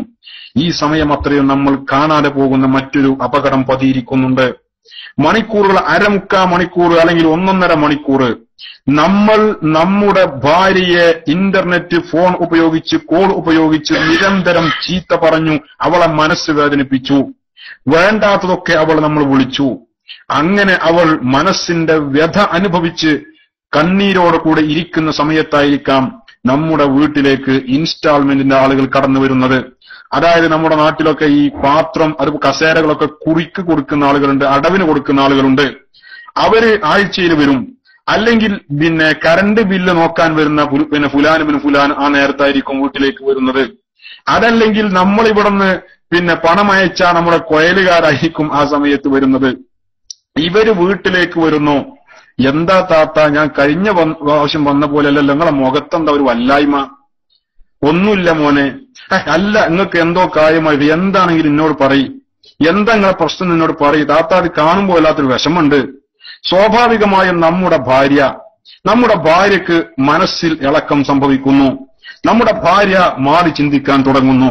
ഒരു പക്ഷെ അല്പം കൂടെ പരിചയമുള്ള പുരുഷനാണെങ്കിൽ അവനോട് നമ്മുടെ ഭാര്യ പറഞ്ഞു പോകുന്നു, ഒന്നുമില്ല, എപ്പോഴെങ്കിലും മൂപ്പരൊന്ന് വിളിക്കുള്ളൂ, വിളിച്ചാൽ ഒരു ലോഡ് ചീത്തയിട്ടാ മൂപ്പര് വരിക, ഒരു ലോഡ് മൂപ്പർക്ക് പറയാനുണ്ടാവും, കാത് പൊളിച്ചു പോകും മൂപ്പര് വർത്താനം കേട്ടാല് എന്ന് നമ്മുടെ ഭാര്യ നമ്മെക്കുറിച്ച് അന്യ പുരുഷനോട് പറയേണ്ടി വരുന്നു. അവൾ പറയണമെന്ന് ആഗ്രഹിച്ചതല്ല, തന്റെ ഭർത്താവ് 100% നല്ലവനാണെന്ന് പറയാനാണ് അവൾ ആഗ്രഹിച്ചത്. പക്ഷേ അവളുടെ ആ സാഹചര്യം ഇപ്പോൾ അങ്ങനെയാണ്. ഒരു പക്ഷേ ഫോൺ വെച്ച് അരമണിക്കൂർ കഴിഞ്ഞിട്ടാണ് ഇയാൾ വന്നതെങ്കിൽ അവൾ അങ്ങനെ പറയില്ലായിരുന്നു. പക്ഷെ അവളുടെ ആ ശരീരത്തിൽ നിന്ന്, ആ ഹൃദയത്തിൽ നിന്ന് ഇതിന്റെ വേദന വിട്ടുമാറിയിട്ടില്ല. അപ്പോഴാണ് ഇവന്റെ വരവുണ്ടായത്. അവൾ പറഞ്ഞുപോയി. അവൾ പറഞ്ഞു കിട്ടിയതോടുകൂടെ അവൻ അത് മുതലെടുത്തു. അവൻ പറഞ്ഞു, അത് നിങ്ങൾ വിഷമിക്കേണ്ടതാത്ത, അത് നിങ്ങൾ പ്രയാസപ്പെടണ്ട, ഇരിക്കും, ഞാനും പെണ്ണുങ്ങളൊക്കെ ചീത്തറിയാറുണ്ട്, എന്നാലിപ്പോ ഇങ്ങനെ മോശപ്പെട്ട അനാവശ്യമൊക്കെ പറയാന്നാണ്, അതൊക്കെ ഒരു മോശം തന്നെയാണ്. ഞാൻ മൂപ്പരെ എപ്പോഴെങ്കിലൊക്കെ വിളിക്കാറുണ്ട്, ഞാൻ പറഞ്ഞു മനസ്സിലാക്കി കൊടുത്തോണ്ട്, ഞാൻ മൂപ്പരെ പറഞ്ഞു ബോധ്യപ്പെടുത്തി കൊടുത്തോണ്ട്. ആര്? ഇവൻ നല്ല പിള്ള ചമയ. ഇവൻ ആരാ മോൻ? അവന്റെ ഭാര്യയെ നന്നായി കൈകാര്യം ചെയ്തിട്ടായിരിക്കും കൊയലിന്റെ പണം കൊണ്ട് നമ്മളെ വീട്ടിലേക്ക് പുറപ്പെട്ടിട്ടുണ്ടാവുക. അല്ലെങ്കിൽ അന്ന് നേരം വെളുത്ത് അവന്റെ ഭാര്യയോട് പിണങ്ങിയിട്ട് ഭാര്യയുടെ ഊരക്കി ചവിട്ടി ഇറങ്ങിപ്പോന്നവനായിരിക്കും നമ്മുടെ വീട്ടിൽ കറണ്ട് ബില്ല് നോക്കാൻ വന്ന പുലാൻ. പക്ഷെ നമ്മുടെ ഭാര്യന്റെ പ്രയാസത്തില് അവൻ വല്ലാതെ ഇറങ്ങിപ്പോയി. ഓൻ വലിയ മാന്യനായി. നമ്മുടെ ഭാര്യ സ്വാഭാവികമായും അതിൽ വീണു പോകുന്നു. ഇവിടെ ആരാണ് പ്രതി? നമ്മുടെ പുരുഷന്മാരാണ് ഇവിടെ പ്രതി. പരിധി വിട്ട നമ്മുടെ ശകാരം അത് നമുക്ക് വിനയായി. പരിധി വിട്ട നമ്മുടെ ആക്രോശങ്ങൾ, മോശപ്പെട്ട പദപ്രയോഗങ്ങൾ അത് നമുക്ക് വിനയായി. ഇനി എന്റെ പ്രിയപ്പെട്ട സുഹൃത്തുക്കളെ, മറ്റൊരു കാര്യം, നമ്മുടെ ഭാര്യയോട് നമ്മൾ ശ്രദ്ധിക്കേണ്ട ഒരുപാട് നാട്ടിലുള്ള അന്താരാഷ്ട്ര കാര്യങ്ങൾ വരെ നമ്മൾ സംസാരിക്കും. അടുക്കള മുതൽ ബറാക്ക് ഒബാമയുടെ കയ്യിലുള്ള വാച്ചിനെ കുറിച്ച് വരെ ഭാര്യയോട് നമ്മൾ സംസാരിച്ചിട്ടുണ്ടാവും. പക്ഷേ ഈ സംസാരത്തിന്റെ ഇടയിൽ 1 മണിക്കൂർ 1.5 മണിക്കൂർ സംസാരത്തിന്റെ ഇടയിൽ ഒരിക്കൽ പോലും സുബഹി നിസ്കരിച്ചോ എന്ന് നമ്മൾ ചോദിച്ചിട്ടുണ്ടാവില്ല. ആ ളുഹറിന്റെ ബാങ്ക് കൊടുത്തിട്ടുണ്ടാവും, എന്നാ ഈ ളുഹർ നിസ്കരിച്ചോ, ഞാൻ പിന്നെ വിളിക്കാം എന്ന് നമ്മൾ പറയില്ല. ഞാൻ ളുഹർ നിസ്കരിച്ചിട്ടില്ല എന്ന് ഭാര്യ പറഞ്ഞാൽ പോലും, ഇപ്പൊ ഞാൻ വിളിച്ചപ്പോഴാണ് എനിക്കൊരു നിസ്കാരം എന്നാണ് ഭർത്താവ് തിരിച്ചു ചോദിക്കുന്നത്.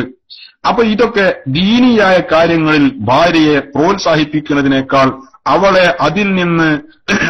അതിൽ നിന്ന് പിന്നെ നിരുത്സാഹപ്പെടുത്തുന്ന ശൈലിയാണ് അധിക പ്രവാസികളായ പുരുഷന്മാരും സ്വീകരിക്കുന്നത്. പ്രവാസികളായ പുരുഷന്മാർ എന്ന് ഞാൻ വെറുതെ അങ്ങനെ ഒരു വിഷയമായിട്ട് പറയാണ്. എല്ലാ പുരുഷന്മാരും ഇത് ശ്രദ്ധിക്കേണ്ടതാണ്. അപ്പൊ ദീനിയായ കാര്യങ്ങൾ നമ്മൾ ഭാര്യയെ ഉപദേശിക്കണം. ഞാൻ ചോദിക്കട്ടെ, നമ്മൾ ഫോൺ ചെയ്യുമ്പോൾ സലാം പറയാറുണ്ട്. ഇവിടുന്ന് ഫോൺ ചെയ്യുമ്പോൾ നമ്മൾ സലാം പറയും, അസ്സലാമു അലൈക്കും, സുഖം തന്നെയല്ലേ? ഇത് നമ്മൾ പറയും. ഇതേ ഭർത്താവ് 2 മാസത്തെ ലീവിന് നാട്ടിലേക്ക് പോയാൽ അങ്ങാടിയിൽ നിന്ന് വീട്ടിലേക്ക് അവൻ കേറി വരുമ്പോൾ അവന്റെ ഭാര്യയോട് അവൻ സലാം പറയാറുണ്ടോ? ഇല്ല. എന്താ സലാം പറയാത്തത്? വിദേശത്ത് ചെന്നാൽ, ഗൾഫിൽ ചെന്നാൽ അവൻ ഫോൺ ചെയ്യണം അവന്റെ ഭാര്യയോട് സലാം പറയാൻ. ആ സലാം പറയൽ എന്താ? പിന്നെ ആ സലാം പറയൽ വിലക്കപ്പെട്ടോ? ഇല്ല. അപ്പൊ അതൊക്കെ ഈ സലാം പറയലൊക്കെ ഒരു തരം ഫോർമാലിറ്റിയായി മാറി. അതേപോലെ തന്നെ ദീനിയായ കാര്യങ്ങൾ അവരെ ഉപദേശിക്കുക. ഈ പിന്നെ ഫർള് നിസ്കാരത്തിന്റെ കാര്യത്തിലാണെങ്കിലും അതുപോലെ തന്നെ സുന്നത്ത് നിസ്കാരങ്ങളുടെ കാര്യത്തിൽ തഹജ്ജുദ് നിസ്കരിക്കാൻ അവളെ പ്രേരിപ്പിക്കുക. തഹജ്ജുദ് നിസ്കരിക്കാൻ പ്രേരിപ്പിക്കുക എന്ന് പറഞ്ഞാൽ തഹജ്ജുദ് നിസ്കരിക്കാം, എന്താ എനിക്ക് വേറെ പണിയെന്ന് ചോദിച്ചാൽ അതിന്റെ പേരിൽ അവളെ ശകാരിക്കലല്ല, മറിച്ച് നമ്മുടെ നിസ്സാരമായ ചെറിയ പ്രശ്നമാണെങ്കിൽ പോലും നമ്മൾ അത് ഭാര്യയോട് പറയുന്നു, പങ്കുവെക്കുന്നു. എന്നിട്ട് അവളോട് പറയുന്നു, ഈ തഹജ്ജുദ് നിസ്കരിച്ചൊന്ന് ദ്വാരന്നാ മതി, ഇന്ന് എന്റെ പ്രശ്നമൊക്കെ തീരും. നീ ദ്വാരന്നാൽ എന്റെ പ്രശ്നം തീരും എന്നൊരു ഭർത്താവ് ഒരു ഭാര്യയോട് പറയുമ്പോൾ സ്വാഭാവികമായും സ്ത്രീ എന്ത് മനസ്സിലാക്കും? ഞാൻ ദ്വാരന്നിട്ട് എന്റെ ഭർത്താവിന്റെ പ്രശ്നങ്ങൾ തീരുന്നുണ്ടെങ്കിൽ എന്നാൽ പിന്നെ അത് തീർക്കണല്ലോ, ഭർത്താവിന്റെ പ്രശ്നം അവളുടെയും പ്രശ്നമാണ്. തീർച്ചയായും അവൾ അന്ന് പിന്നെ വളരെ പ്രയാസപ്പെട്ട് അലാറം അവളുടെ കാതിന്റെ അടുത്ത് കൊണ്ടുപോയി വെച്ചിട്ടെങ്കിലും അവൾ അന്ന് തഹജ്ജുദ് നിസ്കരിക്കും, ഉറപ്പ്. അവൾ അന്ന് നന്നായിട്ട് ദുആ ചെയ്യുകയും ചെയ്യും. ഇത് നമ്മുടെ നാട്ടിലുള്ള ഭാര്യമാർ തഹജ്ജുദ് നിസ്കരിക്കുന്ന സമയമുണ്ട്. എപ്പോഴാണെന്നറിയോ? അവർ തഹജ്ജുദ് നിസ്കരിക്കുന്നത് നമ്മുടെ ഭർത്താവിന്റെ പിന്നെ അതിക്രൂരമായ ഫോൺ വിളി കേട്ട് മനസ്സ് തളർന്ന് അവശയായി അവൾ വല്ലാത്തൊരു ടെൻഷനിലായി. അന്ന് രാത്രി എന്തായാലും അവൾ തഹജ്ജുദ് നിസ്കരിക്കും. എന്തിനു വേണ്ടി? തഹജ്ജുദ് നിസ്കരിച്ച് ഈ ഫുലാന്റെ ഷെറിൽ നിന്ന് രക്ഷപ്പെടുത്തണേ പടച്ചോനെ എന്ന് പറയാൻ വേണ്ടിയിട്ട്.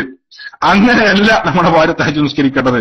നമ്മുടെ ഭാര്യ നമുക്ക് നന്മക്ക് വേണ്ടി അവൾ ദുആ ചെയ്യുന്നു, അവൾ പ്രാർത്ഥിക്കുന്നു, അവൾ തഹജ്ജുദ് നിസ്കരിക്കുന്നു എങ്കിൽ മാത്രമല്ല നമ്മൾ തൊട്ടടുത്ത ദിവസം അവളോട് വിളിച്ചു പറയുന്നു, നീ ഇന്നലെ നന്നായിട്ട് ദുആ ചെയ്തിട്ടുണ്ട് എന്ന് തോന്നുന്നു, തഹജ്ജുദ് നിസ്കരിച്ച് ദ്വാരന്നിട്ടുണ്ടെന്നാ തോന്നുന്നത്.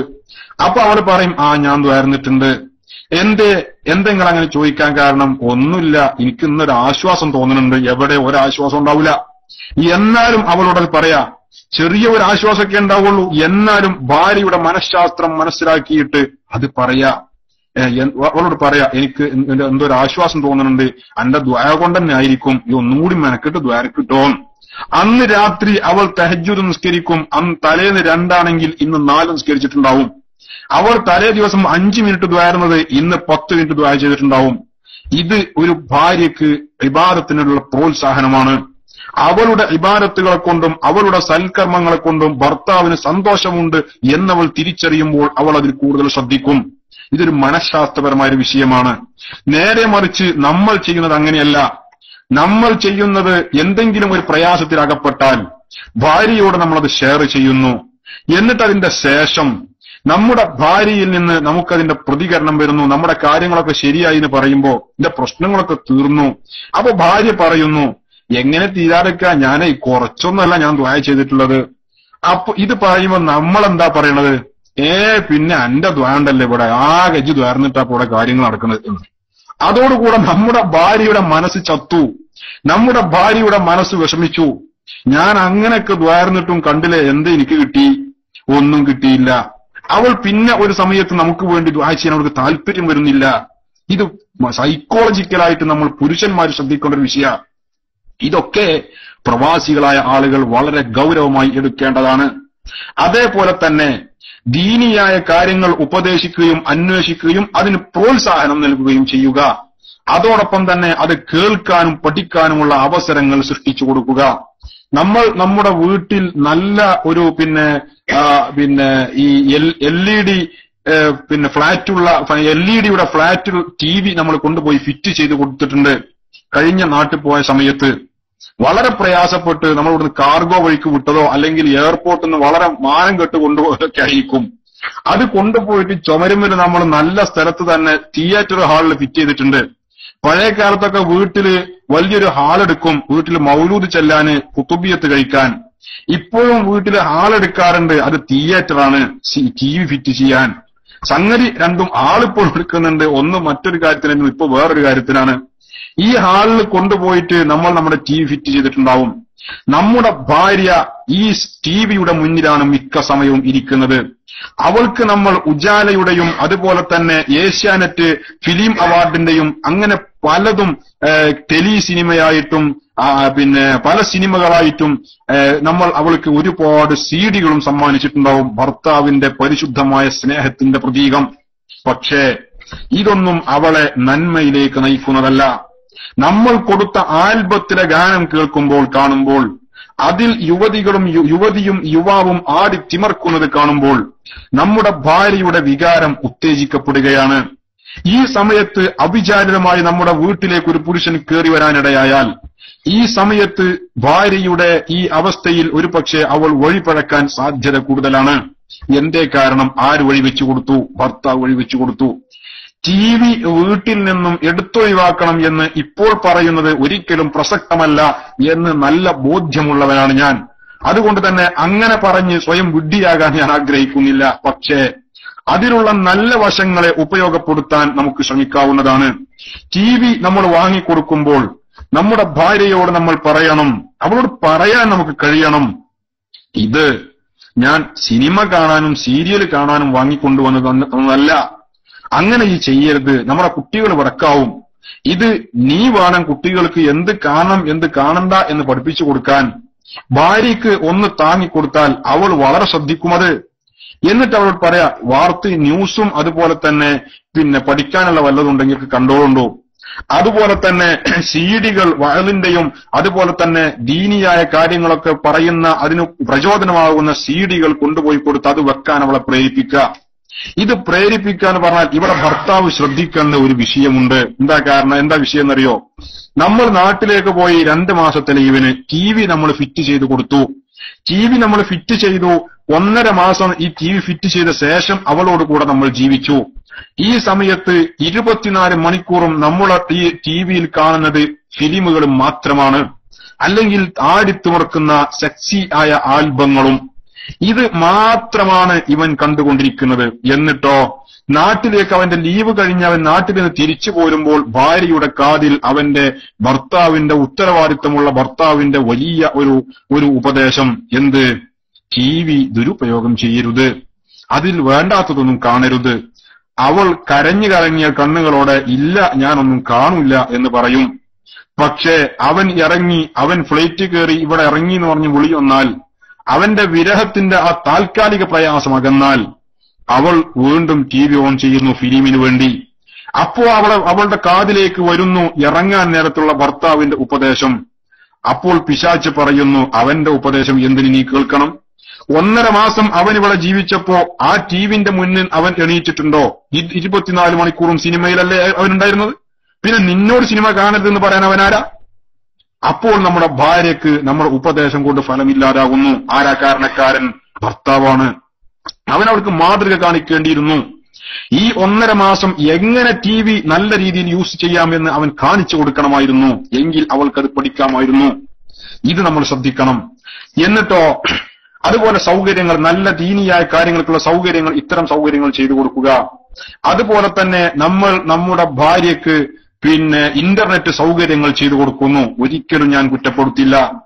ബൈലക്സ് മെസഞ്ചറിൽ KICR പോലുള്ള ഒരു ക്ലാസ് റൂം, അവൾക്ക് ഇന്റർനെറ്റ് ഉപയോഗിച്ച് അവരുടെ മൊബൈലിലൂടെ ഈ റേഡിയോയിലൂടെ ക്ലാസ് കേൾക്കാൻ സാധിച്ചാൽ, പ്രത്യേകിച്ച് ബഹുമാന്യനായ നൂർ ഫൈസി ഉസ്താദിന്റെ ഒക്കെ ക്ലാസുകൾ, അഭിമാനത്തോടെ പറയട്ടെ, എന്റെ വീട്ടിൽ ഇന്റർനെറ്റ് റേഡിയോ ഉപയോഗിക്കുന്നുണ്ട്.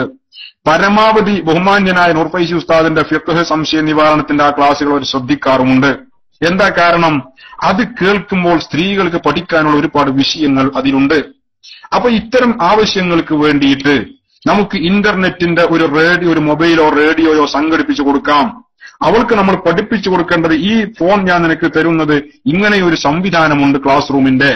അത് ഉപയോഗപ്പെടുത്തണം. ഒരുപാട് കാര്യങ്ങൾ നിനക്ക് പഠിക്കാൻ കഴിയും, നിനക്ക് സമയം പോകുന്നത് അറിയൂല എന്നൊക്കെ പറഞ്ഞു കൊടുത്ത് അവളെ അതിന് പ്രചോദിപ്പിക്കണം. മറിച്ച് നമ്മൾ ചെയ്യുന്നത് എന്താ? ഒരു വലിയ ഒരു S3 ഫോണുമായിട്ട് നാട്ടിലേക്ക് പോകുന്നു. അങ്ങനെ അവിടെ കിടക്കുന്ന സമയത്ത് ഭാര്യയോട് സംസാരിക്കുമ്പോഴും നമ്മുടെ കൈ യൂട്യൂബിൽ സെക്സിയായ അല്ലെങ്കിൽ ബ്ലൂ ഫിലിമിന്റെ ലിങ്കുകൾ പരതുകയാണ്, പിക്ചറുകൾ പരതുകയാണ്, വീഡിയോകൾ പരതുകയാണ്. ഇത് നമ്മുടെ ഭാര്യ കാണുന്നു. ഈ ഫോണിലുള്ള ഇത്തരം മ്ലേച്ഛമായ ഉപയോഗങ്ങളെ കുറിച്ചൊക്കെ അവൾ മനസ്സിലാക്കി വെക്കുന്നു. തിരിച്ചു പോരുമ്പോൾ ഭാര്യയോട് വലിയ സ്നേഹമുള്ള ഭർത്താവിന്റെ കാര്യമായ ഉപദേശം, ഇതാ മൊബൈൽ ഫോൺ, ഇതിൽ കേരള ഇസ്ലാമിക് ക്ലാസ് റൂം എന്നൊരു ക്ലാസ് റൂം ഉണ്ട്, അതിൽ ഒരു റൂമിൽ കയറാൻ കഴിയുന്നില്ലെങ്കിൽ അത് ഫുള്ളായതാണെന്ന് ഉറപ്പിച്ചാൽ മതി, അപ്പൊ ഈ രണ്ടാമത്തെ റൂമിൽ കയറിയാൽ മതി എന്നവളോട് പറയുന്നു. എന്നിട്ടോ അവൾ സമ്മതം മൂളുന്നു. പക്ഷേ നമ്മൾ തിരിച്ചു പോന്നാൽ അവളുടെ മനസ്സിൽ ഓടുന്നത് തലേന്ന് രാത്രിയും അതിന്റെ മുമ്പും നിന്റെ വിരലുകൾ പരതിയതെന്തോ അതിലേക്കാണ് അവൾ അറിയാതെ അവളുടെ കണ്ണുകളും ചിന്തകളും പോകുന്നത്. ആരാ കാരണക്കാരൻ? ഭർത്താവാണ്. നേരെ മറിച്ച് അവൻ ക്ലാസ് റൂം യൂസ് ചെയ്ത് കാണിച്ചു കൊടുക്കണമായിരുന്നു. ഇങ്ങനെ ഒരുപാട് വിഷയങ്ങൾ എന്റെ പ്രിയപ്പെട്ട പ്രവാസി സുഹൃത്തുക്കൾ നമ്മൾ ശ്രദ്ധിക്കേണ്ടതായിട്ടുണ്ട്. അതുപോലെ തന്നെ വീടിന്റെ അടുത്തൊരു സ്വലാത്ത് നടന്നാൽ, ഒരു ദിക്ർ മജ്ലിസ് ഉണ്ടെങ്കിൽ, ഒരു വഅദിന്റെ സദസ്സുണ്ടെങ്കിൽ, ഒരു ക്ലാസ് ഉണ്ടെങ്കിൽ, നമ്മുടെ ഭാര്യ നമ്മളോട് ചോദിക്കുന്നു, ഉമ്മ ക്ലാസ്സിന് പോകുന്നുണ്ട്, ഞാൻ ഉമ്മാന്റെ കൂടെ പോട്ടെ. ഇജ് പറഞ്ഞ് ക്ലാസ്സിന് പോയിട്ടാ അടങ്ങി അവിടെ നിന്നോ, എനിക്ക് പാതിരാവിലെ എനിക്കൊരു തണ്ടല്. നമ്മൾ ഭാര്യയെ കാര്യമില്ലാതെ ശകാരിക്കുന്നു. എന്നാൽ ഇവന്റെ ശകാരവും ഈ ആത്മാർത്ഥതയും ഭാര്യ ടെക്സ്റ്റൈൽസിലേക്ക് നടക്കുമ്പോൾ അവനില്ല, ഭാര്യ ബാങ്കിലേക്ക് നടക്കുമ്പോൾ അവനില്ല. ക്ലാസ്സിന് പോട്ടെ, അതും ഉമ്മാന്റെ കൂടെ എന്ന് പറയുമ്പോ അവന് ക്ലാസ്സിന് പോകുന്നത് വലിയ പ്രശ്നം. അപ്പോ നല്ല കാര്യങ്ങൾ കേൾക്കുന്നതിൽ നിന്ന് അവൻ അവളെ തടഞ്ഞു നിർത്തുകയാണ്. ആര് എന്ത് പറഞ്ഞാലും ഒരു ഇൽമിയായ വിഷയങ്ങൾ ചർച്ച ചെയ്യുന്നത് കേട്ടാൽ, അൽ ഇൽമു ഹയാത്തുൽ ഇസ്ലാം എന്ന് വെറുതെ പറഞ്ഞതല്ല, ഏതൊരു മനുഷ്യന്റെയും ഹൃദയത്തിലുള്ള ഇസ്ലാമിന്റെ കണികകളെ ഉത്തേജിപ്പിക്കുന്ന ഒരു വിഷയമാണ് ഇൽമ്.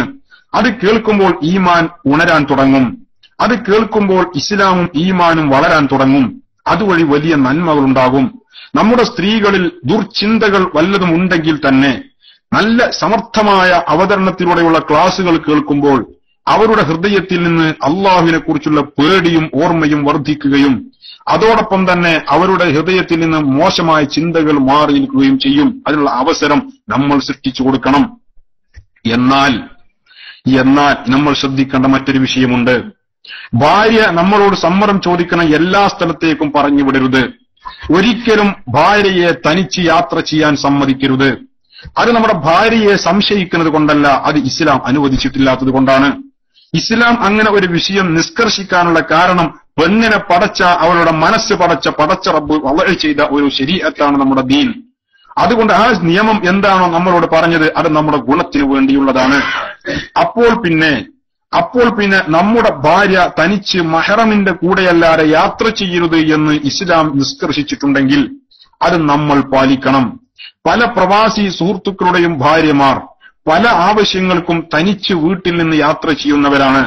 അത് ഇന്ന് ഈ ക്ലാസ് കേൾക്കുന്ന എന്റെ പ്രിയപ്പെട്ട സുഹൃത്തുക്കളിൽ, സഹോദരങ്ങളിൽ ആരെങ്കിലും തങ്ങളുടെ ഭാര്യമാരെ തനിച്ച് യാത്ര ചെയ്യാൻ സമ്മതിക്കുന്നവരുണ്ടെങ്കിൽ ഇതോടുകൂടെ അത് നിർത്തലാക്കണം. ഒരുപാട് അപകടങ്ങൾ അതിന്റെ പേരിലുണ്ട്.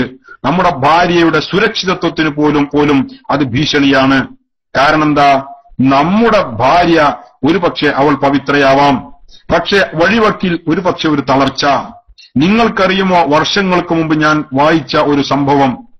ഒരു അപകടത്തിൽപ്പെട്ട് രക്തം വാർന്ന് റോട്ടിൽ കിടക്കുന്ന ഒരു പെണ്ണിനെ ആളുകൾ ഹോസ്പിറ്റലിൽ എത്തിക്കാൻ വേണ്ടി അതുവഴി വന്ന ഒരു ചരക്ക് ലോറിയിൽ കയറ്റിവിട്ടു. ഉള്ള വണ്ടിയിൽ കയറ്റിവിടാനാണല്ലോ ശ്രമിക്കുക. അങ്ങനെ ഒരു വണ്ടിയിൽ കയറ്റിവിട്ടു. ആ ലോറിയിലുള്ള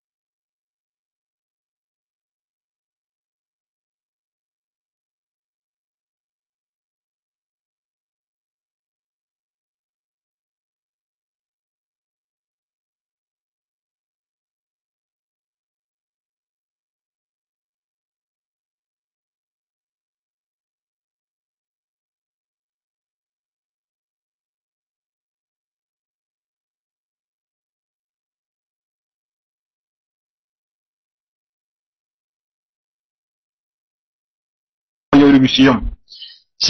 ചികിത്സയുടെ പേരിൽ നമ്മുടെ പ്രവാസികളായ പല ആളുകളും ബിസിനസ്സിലും അല്ലെങ്കിൽ കച്ചവടത്തിലും ചെറിയൊരു പരാജയം വരുമ്പോൾ, നഷ്ടം വരുമ്പോ നമ്മൾ നമ്മുടെ ഭാര്യയ്ക്ക് ഫോൺ ചെയ്യുന്നു. അവളോട് നമ്മൾ പറയുന്നു, നമ്മുടെ കച്ചവടത്തിലൊക്കെ ചെറിയ പ്രശ്നം വരുന്നുണ്ട്, അതുകൊണ്ട് ഈ ഇന്നാലിന് ഉസ്താദിന്റെ അടുത്തൊന്ന് പോയി നോക്ക്. ഏത് ഉസ്താദിന്റെ അടുത്ത്? ഇവള് പരിചയപ്പെടുത്തി കൊടുത്തൊരു ഉസ്താദിന്റെ അടുത്ത്. അല്ലെങ്കിൽ ഇന്നാലിന്റെ ആളടുത്തൊന്ന് പോയി നോക്ക്, അല്ലെങ്കിൽ ഇന്നാലിന്റെ പണിക്കരടുത്തൊന്ന് പോയി നോക്ക്. ഒരിക്കലും അത് ചെയ്യരുത്. പണിക്കരുടെ അടുക്കലേക്കും പൂജാരികളുടെ അടുക്കലേക്കും ഒരു നിലക്കും മുസ്ലിമീങ്ങൾ പോകരുത് എന്ന് നമ്മൾ ശ്രദ്ധിക്കണം സുഹൃത്തുക്കളെ. അതവർ ശിർക്കിലേക്ക് നമ്മളെ പ്രേരിപ്പിക്കും, ശിർക്ക് നമ്മളെ കൊണ്ട് അവർ ചെയ്യിപ്പിക്കും. എന്നാൽ ചികിത്സ ചെയ്യുന്ന തൽസമാത്തന്റെ ചികിത്സ ചെയ്യുന്ന പണ്ഡിതന്മാരായ ആളുകളുണ്ട്. അതേപോലെ തന്നെ അവരുടെ ചില സയ്യിദന്മാരുണ്ട്. അത് ശരി തന്നെയാണ്. പക്ഷെ 100 ആളുകളെ എടുത്ത് പരിശോധിച്ചാൽ അതിൽ 98-9 ആളുകളും തട്ടിപ്പന്മാരാണ്. ഇത് നമ്മൾ വെറുതെ പറയുന്നതല്ല. അത് തട്ടിപ്പന്മാരാണ് എന്നതിന്റെ പേരിൽ ആ പ്രസ്ഥാനം മാറ്റിവെക്കണം എന്ന് പറയുന്നവൻ വിഡ്ഢിയാണ്. ഏതുപോലെ കേരളത്തിൽ ഈ അടുത്ത് ഒരു 2 വർഷങ്ങൾക്ക് മുമ്പ് ഒരു റെയ്ഡ് നടന്നു. ഹോസ്പിറ്റലുകളിലൊക്കെ ഒരു റെയ്ഡ് നടന്നു. വ്യാജ ഡോക്ടർമാരെ പിടിക്കാൻ വേണ്ടി 1 മാസം കൊണ്ട് 300-ലധികം വ്യാജ ഡോക്ടർമാരെ പോലീസ് അറസ്റ്റ് ചെയ്തു. എല്ലാവരും BSc നഴ്സിംഗ് എഴുതി ഡോക്ടറാന്ന് പറഞ്ഞിരുന്ന ആളുകളാ. ആ ഡോക്ടറെ മുന്നിൽ മോനോ മോൾക്കോ അസുഖം ഉണ്ടെങ്കിൽ കൊണ്ടുപോയി ഇരുത്തിയാ മതി, അസുഖം മാറും എന്ന് നമ്മുടെ താത്തമാര് പറഞ്ഞ അത്രയും ആ പ്രഗത്ഭമതികളായ ഡോക്ടർമാരൊക്കെയാണ് ഈ അറസ്റ്റ് ചെയ്യപ്പെട്ട കൂട്ടത്തിൽ ഉണ്ടായിരുന്നത്. വ്യാജ ഡോക്ടർമാരെ പിടിക്കപ്പെട്ടതിന്റെ പേരിൽ ഹോസ്പിറ്റലുകളൊക്കെ അടച്ചുപൂട്ടണം എന്ന് പറയുന്നവൻ വിഡ്ഢിയാണല്ലോ. അതേപോലെ തന്നെ ഉള്ള ഒരു വിഡ്ഢിയാണ് അസ്മാന്റെയും തൽസമാത്തിന്റെയും ചികിത്സ നടത്തുന്നവരിൽ വ്യാജന്മാരും തട്ടിപ്പന്മാരും ഉണ്ട് എന്നതിന്റെ പേരിൽ ആ സംവിധാനം എടുത്തെറിയണം എന്ന് പറയുന്നവന്. അപ്പോൾ പിന്നെ നമ്മൾ എന്ത് ചെയ്യണം? അതിൽ കല്ലും നെല്ലും വേർതിരിക്കാൻ നമുക്ക് സാധിക്കണം. നെല്ലും പതിരും വേർതിരിക്കാൻ നമുക്ക് സാധിക്കണം. അവിടെയാണ് നമ്മുടെ വിവേകം വളരേണ്ടതും ഉദിക്കേണ്ടതും പ്രവർത്തിക്കേണ്ടതും. ഞാൻ എന്റെ വിഷയം അങ്ങോട്ട് പോവുകയല്ല. നമ്മുടെ ഭാര്യമാരെ ഒരു വിഷയത്തിലും ഇന്നാലിന്റെ ആളടുത്തേക്ക് പോയി നോക്ക് എന്ന് പറഞ്ഞ് അവളെ നമ്മൾ ഒരാളുടെ അടുക്കിലേക്കും പറഞ്ഞയക്കരുത്. ഈ രംഗത്ത് പ്രവർത്തിക്കുന്ന ആളുകൾ അവർ പലരും നമ്മുടെ പ്രവാസികളായ പല സ്ത്രീകളെയും ലൈംഗികമായി ചൂഷണം ചെയ്യുന്നവർ ധാരാളമുണ്ട്. മാത്രമല്ല ചില നരമ്പ് രോഗികളായ പ്രവാസികളുടെ ഭാര്യമാർ, നരമ്പ് രോഗമുള്ള ഭാര്യമാർ, അങ്ങനെയുള്ള ചില സ്ത്രീകൾ അവർ ഇത്തരം ചികിത്സാരികളായി ഇരിക്കുന്ന ചില തട്ടിപ്പന്മാരായി ഇരിക്കുന്ന ഈ കള്ളന്മാരുടെ അടുക്കലേക്ക് ലൈംഗിക സുഖത്തിനു വേണ്ടി മാത്രം പോകുന്ന ആളുകളും ഉണ്ട് എന്നത് ഒരു പച്ചയായ യാഥാർത്ഥ്യമാണ്. ഇത് മറച്ചുവെക്കാൻ കഴിയില്ല. അത് ധാരാളം നമ്മുടെ നാടുകളിൽ നടക്കുന്നുണ്ട്. അതുകൊണ്ട് നമ്മുടെ ഭാര്യമാരെ നമ്മൾ ശ്രദ്ധിക്കണം. നമ്മൾ അങ്ങനെ നമ്മുടെ ഭാര്യമാരെ പറഞ്ഞുവിടരുത്. അഥവാ ഒരു ചികിത്സയുടെ ആവശ്യത്തിന് പറഞ്ഞുവിടുകയാണെങ്കിൽ അത് ഹോസ്പിറ്റലിലേക്കായാലും ശരി, ഇനി സ്കൂളിലേക്കായാലും ശരി, കുട്ടിയുടെ പഠനത്തിന്റെ ആ കാര്യങ്ങൾ അന്വേഷിക്കാൻ വേണ്ടി മദ്രസയിലേക്കും സ്കൂളിലേക്കും ഭാര്യമാരെ ഒരു പ്രവാസി തനിച്ച് പറഞ്ഞുവിടരുത്. ആദ്യത്തെ ഒരു പോക്ക്, രണ്ടാമത്തെ പോക്കും മൂന്നാമത്തെ പോക്കും കഴിഞ്ഞ് നാലാമത്തെ പോകലോടുകൂടെ ക്ലാസ് മാഷും അല്ലെങ്കിൽ പ്രധാനാധ്യാപകനും നമ്മുടെ ഭാര്യയും തമ്മിൽ സുപരിചിതരായി. അത് പല ബന്ധങ്ങളിലേക്കും എത്തിക്കും. ഇത് വലിയ അപകടങ്ങൾ ഉണ്ടാക്കി തീർക്കാറുണ്ട്. അതിന്റെ ആവശ്യമില്ല. അങ്ങനെ പറഞ്ഞയക്കുമ്പോൾ നമ്മൾ മഹറമീങ്ങളോട് കൂടെ പറഞ്ഞയക്കുക. അവളുടെ പിതാവിന്റെ കൂടെ അല്ലെങ്കിൽ നമ്മുടെ ഉമ്മാന്റെ കൂടെ അല്ലെങ്കിൽ നമ്മുടെ ഉപ്പാന്റെ കൂടെ പറഞ്ഞയക്കുക. അല്ലെങ്കിൽ അവളുടെ ആങ്ങളമാരുടെ കൂടെ പറഞ്ഞയക്കുക. ഇവിടെയൊക്കെ ഇസ്ലാമിന്റെ വിധികൾ നമ്മൾ പാലിച്ചാൽ ഒരു അപകടവും പതിയിരിക്കുകയില്ല. അല്ലാഹു തആല തൗഫീഖ് ചെയ്യട്ടെ. ശ്രദ്ധിക്കുക. ഇനി എന്റെ പ്രിയപ്പെട്ട സുഹൃത്തുക്കളെ, ഇതൊക്കെ നമ്മൾ പറയുമ്പോഴും ദീനിയായ കാര്യങ്ങളും മറ്റും നമ്മുടെ വ്യക്തിത്വമൊക്കെ നമ്മൾ എത്ര നന്നാക്കിയാലും ഒരുപാട് കാര്യങ്ങൾ നമ്മൾ ശ്രദ്ധിച്ചാലും വലിയ ഒരു അപകടകരമായ ഒരു സാഹചര്യം വേറെ കിടക്കുന്നുണ്ട്. എന്താണെന്ന് ചോദിച്ചാൽ സാഹചര്യങ്ങൾ പലപ്പോഴും പല ഭവിഷ്യത്തുകളും ഉണ്ടാക്കി തീർക്കാറുണ്ട്. ഏതുപോലെ വീട്ടിലുള്ള സാഹചര്യം. നമ്മുടെ വീട്ടിൽ നമ്മുടെ സുഹൃത്തുക്കളും നമ്മുടെ നാട്ടുകാരും അയൽവാസികളും ഒക്കെ നിരന്തരം സ്വാതന്ത്ര്യത്തോടുകൂടെ കയറിയിറങ്ങാൻ കഴിയുന്ന അവസ്ഥ ഉണ്ടാക്കരുത്. അത് ചില ആളുകൾ ഇപ്പോഴത്തെ സാഹചര്യത്തിൽ പുതിയ തലമുറയിൽപ്പെട്ട ആളുകൾക്ക് അതൊരു ഫാഷനാണ്. അങ്ങനെ ചെയ്യുന്നവനാണ് ബുദ്ധിജീവി എന്ന ഒരു തെറ്റിദ്ധാരണ വ്യാപകമായിട്ടുണ്ട്. അല്ലാത്തവർ അവർ പഴഞ്ചന്മാരാണ് എന്ന തോന്നൽ വ്യാപകമായിട്ടുണ്ട്. സത്യത്തിൽ ഇപ്പോഴത്തെ പുതിയ തലമുറയിൽപ്പെട്ട ആളുകൾ പുരോഗതിയുടെ പേരിൽ ചെയ്യുന്ന ഈ പ്രവർത്തനം വളരെ മോശപ്പെട്ടതും അപകടവുമാണ്. നമ്മുടെ സുഹൃത്തുക്കൾക്കും നമ്മുടെ സഹോദരങ്ങൾക്കും നമ്മുടെ വീട്ടിലേക്ക് ഏത് നിമിഷവും സ്വാതന്ത്ര്യത്തോടുകൂടെ അടുക്കള വരെ കയറി വരാനുള്ള സാഹചര്യം സൃഷ്ടിക്കരുത്. അത് നമ്മുടെ മക്കളുടെ സുഹൃത്തുക്കളാണെങ്കിൽ പോലും, നമ്മുടെ മക്കളുടെ സുഹൃത്തുക്കളാണെങ്കിൽ പോലും. ഈ അടുത്തൊരു വാർത്ത വന്നു, 40 വയസ്സുകാരി 15കാരനെ തട്ടിക്കൊണ്ടുപോയി. എന്നിട്ട് 15കാരന്റെ കുടുംബം കേസ് കൊടുത്തു, അവൻ തങ്ങളുടെ പുത്രനെ സ്ത്രീ തട്ടിക്കൊണ്ടുപോയതിന്. അതാണ് കാലഘട്ടം, മറക്കരുത്. അപ്പൊ എന്റെ പ്രിയപ്പെട്ട സുഹൃത്തുക്കളെ, നമ്മുടെ മക്കളുടെ സുഹൃത്തുക്കൾക്ക് പോലും അടുക്കളയിൽ കൂടെ നിറങ്ങാനുള്ള അവസരങ്ങൾ നമ്മൾ സൃഷ്ടിച്ചു കൊടുക്കാൻ പാടില്ല. അതേപോലെ തന്നെ കുടുംബത്തിലുള്ള ഇത്തരം സാഹചര്യങ്ങളെ നമ്മൾ ശ്രദ്ധിക്കണം. കല്യാണത്തിനോ അതുപോലുള്ള ആഘോഷങ്ങൾക്കോ വേണ്ടി അകന്ന ബന്ധുവിന്റെ കുടുംബത്തിലേക്ക് ഒരാഴ്ച മുമ്പ് നമ്മുടെ ഭാര്യയെയും കുട്ടികളെയും നമ്മൾ പറഞ്ഞയക്കുന്നു. ഇതിന്റെ ആവശ്യം എന്തുണ്ട്? അത് നമ്മൾ ചെയ്യാൻ പാടില്ല. അവിടെ ആരൊക്കെയുണ്ട്, ആ വീട്ടിലെ സാഹചര്യം എന്ത് നമ്മൾ അറിയില്ല. എന്നിട്ട് നമ്മുടെ ഭാര്യ കല്യാണത്തിന്റെ തലേ ദിവസം തന്നെ ഒരുങ്ങിക്കെട്ടി പോവാണ്. അത് ഇനി നമ്മുടെ നാട്ടിൽ നടക്കുന്ന കല്യാണമാണെങ്കിലും ശരി, തലേ ദിവസത്തെ മൈലാഞ്ചി കല്യാണം ഇപ്പോ വ്യാപകമായ ഒരു മുസീബത്താണ്. ഈ മൈലാഞ്ചി കല്യാണത്തിന് ഒരുങ്ങിക്കെട്ടി വരുന്നത് നരമ്പ് രോഗികളായ ചെറുപ്പക്കാരും നരമ്പ് രോഗിണികളായ ചെറുപ്പക്കാരികളുമാണ്. അവർ ഒരുങ്ങിക്കെട്ടി വന്നിട്ട് ട്യൂബ് ലൈറ്റിന്റെ അപ്പുറത്ത് ഇരുട്ടിന്റെ മറവിൽ എവിടെയെങ്കിലും പോയി ഇരുന്ന് വിശാലമായി അവർ സംസാരിച്ചിരിക്കും. സാഹചര്യം കിട്ടിയാൽ ചെയ്യാൻ കഴിയുന്നതൊക്കെ അവർ ചെയ്യും. ഈ കൂട്ടത്തിൽ പ്രവാസികളായ ആളുകളുടെ ഭാര്യമാർ ഉണ്ടാവരുത്. നമ്മളതിന് വിടരുത് നമ്മുടെ മക്കളെ, നമ്മുടെ ഭാര്യമാരെ. കാരണം നമ്മുടെ ഭാര്യമാരെ ചൂഷണം ചെയ്യാൻ ധാരാളം ആളുകളുണ്ട്. ഒരു ഓട്ടോറിക്ഷ ഡ്രൈവറാണെങ്കിൽ അയാളെ ഒരു പ്രവാസിയുടെ ഭാര്യ അയാളെ ട്രിപ്പിന് വിളിച്ചാൽ, അയാളുടെ വണ്ടിയിൽ യാത്ര ചെയ്യുന്ന യാത്രക്കാരുണ്ടെങ്കിൽ പോലും അവരോട് അയാൾ കള്ളം പറഞ്ഞ് അവരെ അവിടെ ഇറക്കിയിട്ടെങ്കിലും അയാൾ ഈ വീട്ടിലേക്ക് ഓടി വരും. ആ ട്രിപ്പ്, അപ്പോൾ വണ്ടിയിലുള്ള ട്രിപ്പ് ഒരുപക്ഷെ 100 രൂപ കിട്ടുന്നതാവാം. ഈ പ്രവാസിയുടെ ഭാര്യയെ കൊണ്ടുപോയാൽ ഒരുപക്ഷെ കടം പറയുന്ന ട്രിപ്പാവാം. എന്നാലും അവരെ വഴിയിൽ ഇറക്കിയിട്ട് അങ്ങോട്ട് ഓടി വരും. എന്താ കാരണം? അവന്റെ മനസ്സിൽ പല പദ്ധതികളുമുണ്ട്. ഇത് നമ്മൾ ശ്രദ്ധിക്കണം. ഞാൻ കണ്ണൂർ ജില്ലയിൽ പഠിച്ചുകൊണ്ടിരിക്കുന്ന കാലഘട്ടത്തിൽ മനസ്സിനെ വേദനിപ്പിച്ച ഒരു രംഗം എന്റെ പ്രിയപ്പെട്ട സുഹൃത്തുക്കളുമായി ഷെയർ ചെയ്യാം. അതായത് ഒരു വീട്ടിലേക്ക് ഞങ്ങൾ കുത്തുബിയത്തിന് പോയി. സുബ്ഹാന ജല്ല ജലാലു, കുത്തുബിയത്തിന് ഞങ്ങൾ കുറച്ച് കുട്ടികളും ഉസ്താദുമാരുടെ കൂട്ടത്തിൽ ഒരാളുണ്ട്. കുത്തുബിയത്തിന് ചെന്നപ്പോ ഞങ്ങളെ കുത്തുബിയത്ത് ചെല്ലാൻ കൊണ്ടുപോയ ഒരു ഓട്ടോറിക്ഷയുണ്ട്. ആ ഓട്ടോറിക്ഷക്കാരൻ പച്ചയായ RSSകാരനാണ്. അവന്റെ കയ്യിൽ ആ ചുവപ്പ് രാഗിയും മറ്റും കെട്ടി കണ്ടാൽ തന്നെ അറപ്പാകുന്ന രൂപത്തിലുള്ള ഒരു മനുഷ്യൻ. ഇവൻ പച്ച കാഫിർ. ഇവൻ ഞങ്ങളെ കൊണ്ടുപോയി ഈ ട്രിപ്പടിച്ചു വീട്ടിലേക്ക്. എന്നിട്ട് സുബ്ഹാനല്ലാഹ് ഞങ്ങൾക്ക് വെള്ളം കൊണ്ടുവന്ന് തരുന്നത് ഇവൻ, ഞങ്ങളോട് ഇരിക്കാൻ പറയുന്നത് ഇവൻ, ഞങ്ങൾക്ക് ചോറ് വിളമ്പിത്തരുന്നത്, കുത്തുബിയത്ത് ചൊല്ലിയ വീട്ടിൽ ചോറ് വിളമ്പിത്തരുന്നവൻ ഇവൻ, ഈ വീട്ടിലെ അടുക്കളയിൽ പോയിട്ട് ഞങ്ങൾക്ക് കുടിക്കാനുള്ള വെള്ളം കൊണ്ടുവരുന്നത് ഇവൻ, എല്ലാം ഇവൻ. ആ വീട്ടിൽ 4 or 5 സ്ത്രീകളുണ്ട്. പുരുഷന്മാർ മുഴുവനും ഗൾഫിലാണ്. കണ്ണൂർ ജില്ലയിലെ സാഹചര്യം നമുക്കറിയാം. ഭാര്യമാരുടെ വീട്ടിൽ അവിടെയാണ്. അതുകൊണ്ട് തന്നെ ആ വീട്ടിലുള്ള പെൺമക്കളൊക്കെ അവിടെ ഉണ്ടാവും, അറകളുണ്ടെങ്കിൽ. ഇല്ലെങ്കിലേ വീട് വേറെ മാറുള്ളൂല്ലോ. അതുകൊണ്ട് തന്നെ ഈ 4 സ്ത്രീകളും 5 or 4 സ്ത്രീകൾ അവിടെയുണ്ട്. അവരുടെ പുരുഷന്മാർ ഗൾഫിലാണ്. ഇവർ ഈ 4 സ്ത്രീകൾക്കും കൂടെ ഇവരുടെ ഭർത്താക്കന്മാർ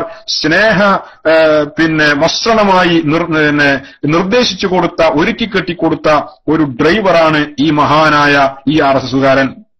ഈ 4 സ്ത്രീകളെയും ഒരുപോലെ അലട്ടലില്ലാതെ പോറ്റിക്കൊണ്ട് നടക്കലാണ് ഇവന്റെ ജോലി. ഇത് എത്രമാത്രം അപകടകരമാണ്.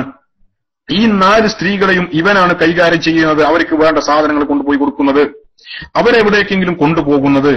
ആ വീട്ടിൽ അവൻ സ്വന്തം ആ ആങ്ങളമാരെ പോലെ പെരുമാറുകയാണ്. ഇത് ഞാൻ ഒരു വീട്ടിലാണ് കണ്ടതെങ്കിൽ, കണ്ണൂർ ജില്ലയിൽ ആണ് ഞാൻ കണ്ടതെങ്കിൽ, ഇത് തന്നെ കണ്ണൂർ ജില്ലയിൽ പല ഭാഗത്ത്, കാസർഗോഡ് ജില്ലയിലും മലപ്പുറം ജില്ലയിലും തൃശൂരിലും കേരളത്തിന്റെ ഒരറ്റം മുതൽ മറ്റേ അറ്റം വരെ ഈ പ്രതിഭാസം നമുക്ക് വ്യാപകമായി കാണാൻ സാധിക്കുന്നുണ്ട്. ആരാണ് സുഹൃത്തുക്കളെ ഇവിടെ ഉത്തരവാദി? ആരാണ് ഈ സ്ത്രീകൾ ഈ സ്ത്രീകൾക്ക് ഇവരിൽ മക്കളുണ്ടായാൽ ഇതിന്റെ ഉത്തരവാദി യഥാർത്ഥത്തിൽ ആരാണ്? ആ വീട്ടിൽ ഇങ്ങനെ ഒരുത്തനെ നിർത്തിക്കൊടുത്ത ആ വീട്ടിലെ ഇവരുടെ ഭർത്താക്കന്മാരാണ്. നമ്മൾ അത് ശ്രദ്ധിക്കണം. ഇത്തരം വിഷയത്തിലൊക്കെ നമ്മൾ ബോധവാന്മാരാവേണ്ടതുണ്ട്. ആരുടെയെങ്കിലും കൂടെ ഒരു പെണ്ണ് ചാടിപ്പോയതിന്റെ ശേഷം തലയിൽ കൈകെട്ടി കണ്ണ് ചിമ്പി കരഞ്ഞതുകൊണ്ട് കാര്യമില്ല. നമ്മൾ കണ്ണ് തുറക്കേണ്ട സമയത്ത് നമ്മൾ കണ്ണ് തുറക്കാത്തത് കൊണ്ടാണ് പല അപകടങ്ങളും ഉണ്ടായത്. അപ്പൊ സാഹചര്യങ്ങളെ നമ്മൾ ഒഴിവാക്കുക. അതേപോലെ തന്നെ ചില പ്രവാസികളായ ആളുകളുണ്ട്, എങ്ങനെയെങ്കിലും കുറച്ച് പണം സമ്പാദിച്ചിട്ട് വീട്ടിൽ നല്ല ഒരു ടവേര അല്ലെങ്കിൽ ഒരു ഇന്നോവ കാറ് വാങ്ങിവെക്കും, നല്ല ഒരു ഡ്രൈവറെയും അതിന് നിശ്ചയിക്കും. എന്നിട്ട് വണ്ടി നിർത്തുന്നത് വീട്ടിലേക്ക് ആവശ്യമുള്ള സാധനങ്ങൾ വാങ്ങിക്കൊണ്ടുവരിക, ആവശ്യമുള്ള അത്യാവശ്യം ചെലവുകൾ നടത്തുക, വണ്ടി ഓടിക്കിട്ടുന്ന പണം കൊണ്ട്. നമ്മൾ കാണുന്ന ലാഭമുണ്ട് ഒരു പ്രവാസി എങ്കിൽ പിന്നെ വീട്ടിലേക്ക് ചെലവിന് അയച്ചു കൊടുക്കേണ്ടതില്ലല്ലോ. കിട്ടുന്നത് ഇവിടെ ബാങ്കിൽ നിക്ഷേപിക്കാവുന്നതാണ്, ബിസിനസ്സിലേക്ക് ഇറക്കാവുന്നതാണ്. അവിടെ ചെലവിന് നോക്കാൻ ഞാൻ ആളെ നിശ്ചയിച്ചു കൊടുത്തിട്ടുണ്ടല്ലോ. അങ്ങനെ കൊല്ലങ്ങൾ 1 കഴിഞ്ഞു, 2 കഴിഞ്ഞു, 3-ാമത്തെ വർഷം നമ്മുടെ ഡ്രൈവറും ടവേരയും ഇന്നോവയും നമ്മുടെ ഭാര്യയും അതാ നമ്മുടെ സമ്പത്തും സ്വത്തും കൊണ്ട് നാട് വിട്ടുപോയി. അപ്പോഴാണ് ഇവന്റെ ബിസിനസ് സാമ്രാജ്യം മുഴുവൻ കെട്ടിപ്പിടിച്ചുകൊണ്ട് കരയുന്നത്. എന്തർത്ഥമാണുള്ളത്? അത് ശ്രദ്ധിക്കേണ്ടതാണ്.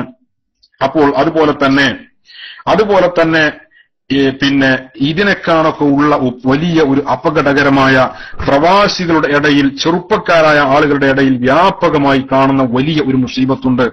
ഇത് പറയാതിരിക്കാൻ ഒരു നിർവാഹവുമില്ല. അതായത് എന്താണെന്ന് ചോദിച്ചാൽ, മിക്ക ആളുകളും ഞാൻ നേരത്തെ പറഞ്ഞതുപോലെ ഫോൺ ചെയ്യുമ്പോൾ സംസാരിക്കുന്ന ആളുകൾ പുതിയ കല്യാണം കഴിച്ചു വന്ന പല ചെറുപ്പക്കാരിലുമുള്ള മുസീബത്താണ്. ഫോൺ ചെയ്യുമ്പോൾ ഇവൻ അവളോട് സെക്സ് മാത്രം സംസാരിക്കുന്നു. അതായത് അവളും അവനും കിടപ്പറയിൽ കിടക്കുന്നത് പോലെ അവർ ഫോണിൽ സംസാരിച്ച് വരുത്തി തീർക്കണം. 2 പേരുടെയും ആവശ്യം അതാണ്. എന്നിട്ട് മണിക്കൂറുകളോളം സെക്സ് സംസാരിച്ച് അവന്റെ ഭാര്യയുടെ കാമം, വികാരം മുഴുവൻ അവൻ ഉത്തേജിപ്പിച്ചു നിർത്തി. ഇവൻ ഫോൺ വെക്കുന്ന സമയത്ത് അവന്റെ ഭാര്യ വികാരപരവശയാണ്. ഇവനാണെങ്കിലോ ഫോൺ കട്ട് ചെയ്ത ഉടനെ അവന്റെ ജോലി ചെയ്യുന്ന ബക്കാലയിലാണെങ്കിലും ബൂഫിയിലാണെങ്കിലും മുതലാളി വന്നിട്ട് ഒരു സാൻഡ്വിച്ച് ഉണ്ടാക്കി കൊടുത്താന്ന് പറയലോടുകൂടെ ഓന്റെ വികാരമൊക്കെ പോയി. അതോടുകൂടെ ഓൻ പഴയ അവസ്ഥയിലായി. നേരെ മറിച്ച് ഈ സമയത്ത് അവന്റെ ഭാര്യയെ നമ്മൾ ശ്രദ്ധിക്കണം. അവന്റെ ഭാര്യ വികാരപരവശയാണ്. അവന്റെ ചൂടും അവന്റെ ചൂരുമുള്ള ആ കിടപ്പറയിൽ അവന്റെ റൂമിലാണ് അവൾ ഇപ്പോഴും കിടക്കുന്നത്. ഈ സമയത്താണ് അപ്രതീക്ഷിതമായി വീട്ടിൽ ഒരു കോളിംഗ് ബെല്ലിന്റെ ശബ്ദം മുഴങ്ങുന്നു. അവൾ കതക് തുറന്നു നോക്കുമ്പോൾ സുന്ദരനായ ഒരു ചെറുപ്പക്കാരൻ. എന്തിനാ? അവൻ വീട്ടിലേക്ക് ആവശ്യമുള്ള എന്ത് സാധനം വേണമെങ്കിലും എടുക്കാവുന്നതാണ്, ആഴ്ചയിൽ പൈസ തന്നാ മതി. അത് പറയാൻ വന്നവനാ. എന്ത് സാധനം വേണമെങ്കിലും എടുക്കാം, ആഴ്ചയിൽ പൈസ തന്നാ മതി. ഇവൻ പ്രത്യേകിച്ച് ഇൻസ്റ്റാൾമെന്റിന്റെ ആളുകൾ എന്ന് പറഞ്ഞാൽ സംസാരത്തിൽ ബിരുദാനന്തര ബിരുദം നേടിയ ആളുകളായിരിക്കും. അവര് സംസാരിച്ച് അവന്റെ ഈ സംസാരം, ഇവളുടെ ഈ മുഖത്തുള്ള ഈ പരവശത കാണുമ്പോ അല്പം ചൂരുള്ള പുരുഷനാണെങ്കിൽ, ചെറുപ്പക്കാരനാണെങ്കിൽ അവന് ചിലതൊക്കെ മനസ്സിലായിട്ടുണ്ടാവും. അവൻ ആ നിലക്ക് തന്നെ സംസാരിക്കാൻ തുടങ്ങും. സത്യത്തിൽ അവിടെ വ്യഭിചാരം നടന്നു കഴിഞ്ഞാൽ സുഹൃത്തുക്കളെ ആരാണ് യഥാർത്ഥത്തിൽ അതിന് വഴിവെച്ചു കൊടുത്തത്? ഇവളുടെ ഭർത്താവാണ്, ഈ ചെറുപ്പക്കാരനാണ്. അതുകൊണ്ട് അത് നമ്മൾ ശ്രദ്ധിക്കണം. ഒരിക്കലും അത്തരം വിഷയങ്ങൾ ഈ തരം താഴ്ന്ന രീതിയിലുള്ള സംസാരങ്ങൾ നമ്മുടെ ഭാഗത്ത് നിന്ന് ഉണ്ടാവാൻ പാടില്ല. അതാ ഞാൻ പറഞ്ഞത്, എപ്പോഴും മാന്യമായി മാത്രം സംസാരിക്കുക. അള്ളാഹു തൗഫീഖ് ചെയ്യട്ടെ. അതിന് ശ്രദ്ധിക്കുക. നമ്മുടെ ചെറുപ്പക്കാർ ആ വിഷയം ഗൗരവമായി എടുക്കണം. അതുപോലെ തന്നെ ഇത്തരം സാഹചര്യങ്ങൾ നമ്മൾ ശ്രദ്ധിച്ചാൽ ഒരു പരിധിവരെ നമ്മുടെ വീട്ടിൽ നിന്ന് ഇത്തരം അതിക്രമങ്ങളും അനർത്ഥങ്ങളും നാളെ പത്രത്തിൽ നമ്മുടെ പേരും നമ്മുടെ ഭാര്യ എന്ന പേരിൽ ചാടിപ്പോയ ഒരു സ്ത്രീയുടെ കഥ പുറത്തു വരാതിരിക്കാൻ നമ്മുടെ ഈ വിഷയം, നമ്മുടെ ഈ ശ്രദ്ധകൾ, നമ്മുടെ ഈ ജാഗ്രത നമുക്ക് കാരണമാകും. ഇനി മറ്റൊരു കാര്യം കൂടെ പറയട്ടെ. ഇതൊക്കെ പറയുമ്പോ ഇവിടെ ചില സുഹൃത്തുക്കൾ ടെക്സ്റ്റ് അടിക്കുന്നുണ്ട്, മൊബൈൽ ഫോൺ വലിയ വില്ലനാണ് എന്ന്. അതൊരു സത്യമാണ്. പക്ഷേ നേരത്തെ ടിവിയെ കുറിച്ച് പറഞ്ഞതുപോലെ മൊബൈൽ ഫോൺ ഒഴിവാക്കാൻ പറഞ്ഞാൽ പറയുന്നവൻ വിഡ്ഢിയാണ്. മറിച്ച് ഇതാ ഞാൻ പറഞ്ഞത്, അതിന്റെയൊക്കെ നല്ല വിഷയങ്ങൾ, നല്ല വശങ്ങൾ ഉപയോഗിക്കാനുള്ള പ്രേരണയും അതിന്റെ ശീലവും ഉണ്ടാക്കി കൊടുക്കുന്നിടത്താണ് ഒരു ഭർത്താവിന്റെ വിജയം. അതേപോലെ തന്നെ ഇനി സുഹൃത്തുക്കൾ, ഞാൻ പറയുന്നത് വളരെ ഗൗരവമായി എടുക്കേണ്ട മറ്റൊരു സംഗതിയാണ്. അല്പകാലങ്ങൾക്ക് മുമ്പ് നമ്മുടെ നാട്ടിലൊക്കെ ഒരു വിവാദമുണ്ടായിരുന്നു. അതായത് കേളി കേട്ട ഒരു വിവാദം. പത്രക്കാരും ചാനലുകാരും വലിയ ആഘോഷമാക്കിയ ഒരു വിവാദമുണ്ടായിരുന്നു. എന്തായിരുന്നു വിവാദം? ലവ് ജിഹാദ്. ലവ് ജിഹാദ് എന്ന ഒരു ഓമന പേരിട്ട് കൊടുത്തുകൊണ്ട് ഇന്ത്യ രാജ്യത്തിലുള്ള വർഗീയ ഫാസിസ്റ്റ് ശക്തികൾ മുഴുവനും മുസ്ലിം ചെറുപ്പക്കാർക്കെതിരെ തെരുവുകളിൽ ഘോരഘോരം പ്രസംഗിച്ചു. നാരായണിമാരെയും ചക്കിമാരെയും ശാരദമാരെയും സുലോചനമാരെയും അബൂബക്കറും മുഹമ്മദും അലവിയും കുഞ്ഞാലിയും തട്ടിക്കൊണ്ടുപോകുന്നു, പ്രേമിച്ച് മതം മാറ്റിയെടുക്കുന്നു. കേരളത്തിന്റെ ഏതോ മൂലയിൽ എപ്പോഴോ നടന്ന 1-2 സംഭവങ്ങളുടെ പേരിൽ ലവ് ജിഹാദ് എന്ന പേരിൽ ഒരു വലിയ ബോംബുണ്ടാക്കി കേരളത്തിൽ വലിയ വിപ്ലവം തീർത്തു കേരളത്തിലെ വർഗീയ ഫാസിസ്റ്റ് ശക്തികൾ. പക്ഷേ ഞാൻ ചോദിക്കട്ടെ, എന്റെ പ്രിയപ്പെട്ട സുഹൃത്തുക്കൾ മനസ്സിലാക്കണം, സത്യത്തിൽ എന്തിനായിരുന്നു ഈ ലവ് ജിഹാദ് പ്രയോഗം എന്ന് ഇപ്പോൾ നമ്മൾ ആശങ്കയോടെയാണ് കാണുന്നത്. കാരണം ഈ ലവ് ജിഹാദ് പ്രയോഗത്തിന്റെ പേരിൽ നമ്മെ പ്രതിസ്ഥാനത്ത് നിർത്തി അവർ മുതലെടുക്കുന്ന ഒരു സംവിധാനമാണ് ഇപ്പോൾ കണ്ടുകൊണ്ടിരിക്കുന്നത്.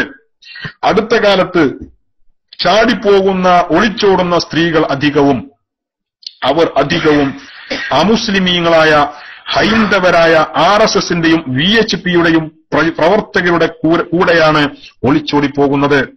ഈ അടുത്ത പത്രത്തിൽ വന്നു, ഞാൻ കണ്ണു തള്ളിപ്പോയി. റംല എന്ന് പറയുന്ന ഒരു സ്ത്രീ പാർവതിയായി, അല്ലെ? ആര്യ സമാജത്തിൽ വെച്ച് അവൾ വിവാഹിതയായി. അവളുടെ താഴ്ന്ന ജാതിയിൽപ്പെട്ട കറുത്തിരുണ്ട് പാറ പോലെയുള്ള ആ വിരൂപിയായ കോന്തൻ ഭർത്താവ് എന്ന് അവൾ പറയുന്ന അവളുടെ കാമുകന്റെ കൂടെ അവൾ നിൽക്കുന്ന ഫോട്ടോ പത്രത്തിൽ വന്നു. ഇതൊരു മുസ്ലിം പെൺകുട്ടിയാണ്. അവളെ കൊണ്ടുപോയത് അമുസ്ലിമാണ്. കേരളത്തിൽ എവിടെയും ഒരു ലവ് ജിഹാദിന് പകരം മറ്റൊരു നാമം നമ്മൾ കേട്ടില്ല. ഈ ലവ് ജിഹാദ് ആക്രോശിച്ച, അത് വാർത്തയാക്കിയ ചാനലുകാരും അതിന്റെ പേരിൽ ആഘോഷങ്ങൾ നടത്തിയ പ്രഭാഷകരും രാഷ്ട്രീയക്കാരും അവരുടെ ആരുടെയും ഒരു അഡ്രസ്സും നമുക്ക് കാണാൻ സാധിച്ചില്ല. ഇപ്പോഴും അവരാരും ഈ വിഷയത്തിൽ പ്രതികരിക്കുന്നുമില്ല. എത്രയോ നൂറുകണക്കിന് മുസ്ലിം പെൺകുട്ടികളെ RSSകാരും VHPക്കാരും തട്ടിക്കൊണ്ടുപോയി. പലരെയും കൊന്നു, പലരും ആത്മഹത്യ ചെയ്തു. പലരെയും ഗുജറാത്തിന്റെയും ബോംബെയുടെയും വേശ്യാലയങ്ങളിൽ ചില്ലിക്കാശിന് അവന്റെ ആഗ്രഹം സാഫല്യത്തിന് ശേഷം തുച്ഛമായ വിലക്ക് വിറ്റു. ഇതൊക്കെ ചെയ്തിട്ടും ഇന്ന് വരെ ഒരു ചാനലിലും ലവ് ജിഹാദ് വാർത്തയാക്കിയവർ നേരെ തിരിച്ചൊരു വാർത്ത കൊടുക്കുന്നത് നമ്മൾ കാണുന്നില്ല. ഇതൊരു വാർത്തയായിട്ട് പോലും വരുന്നില്ല. ഫേസ്ബുക്കിൽ ചില ഇസ്ലാമിക രക്തം തിളക്കുന്ന ഏതാനും ചില ചെറുപ്പക്കാരുടെ കൂട്ടം ഇതിനെതിരെ പ്രതികരിക്കും.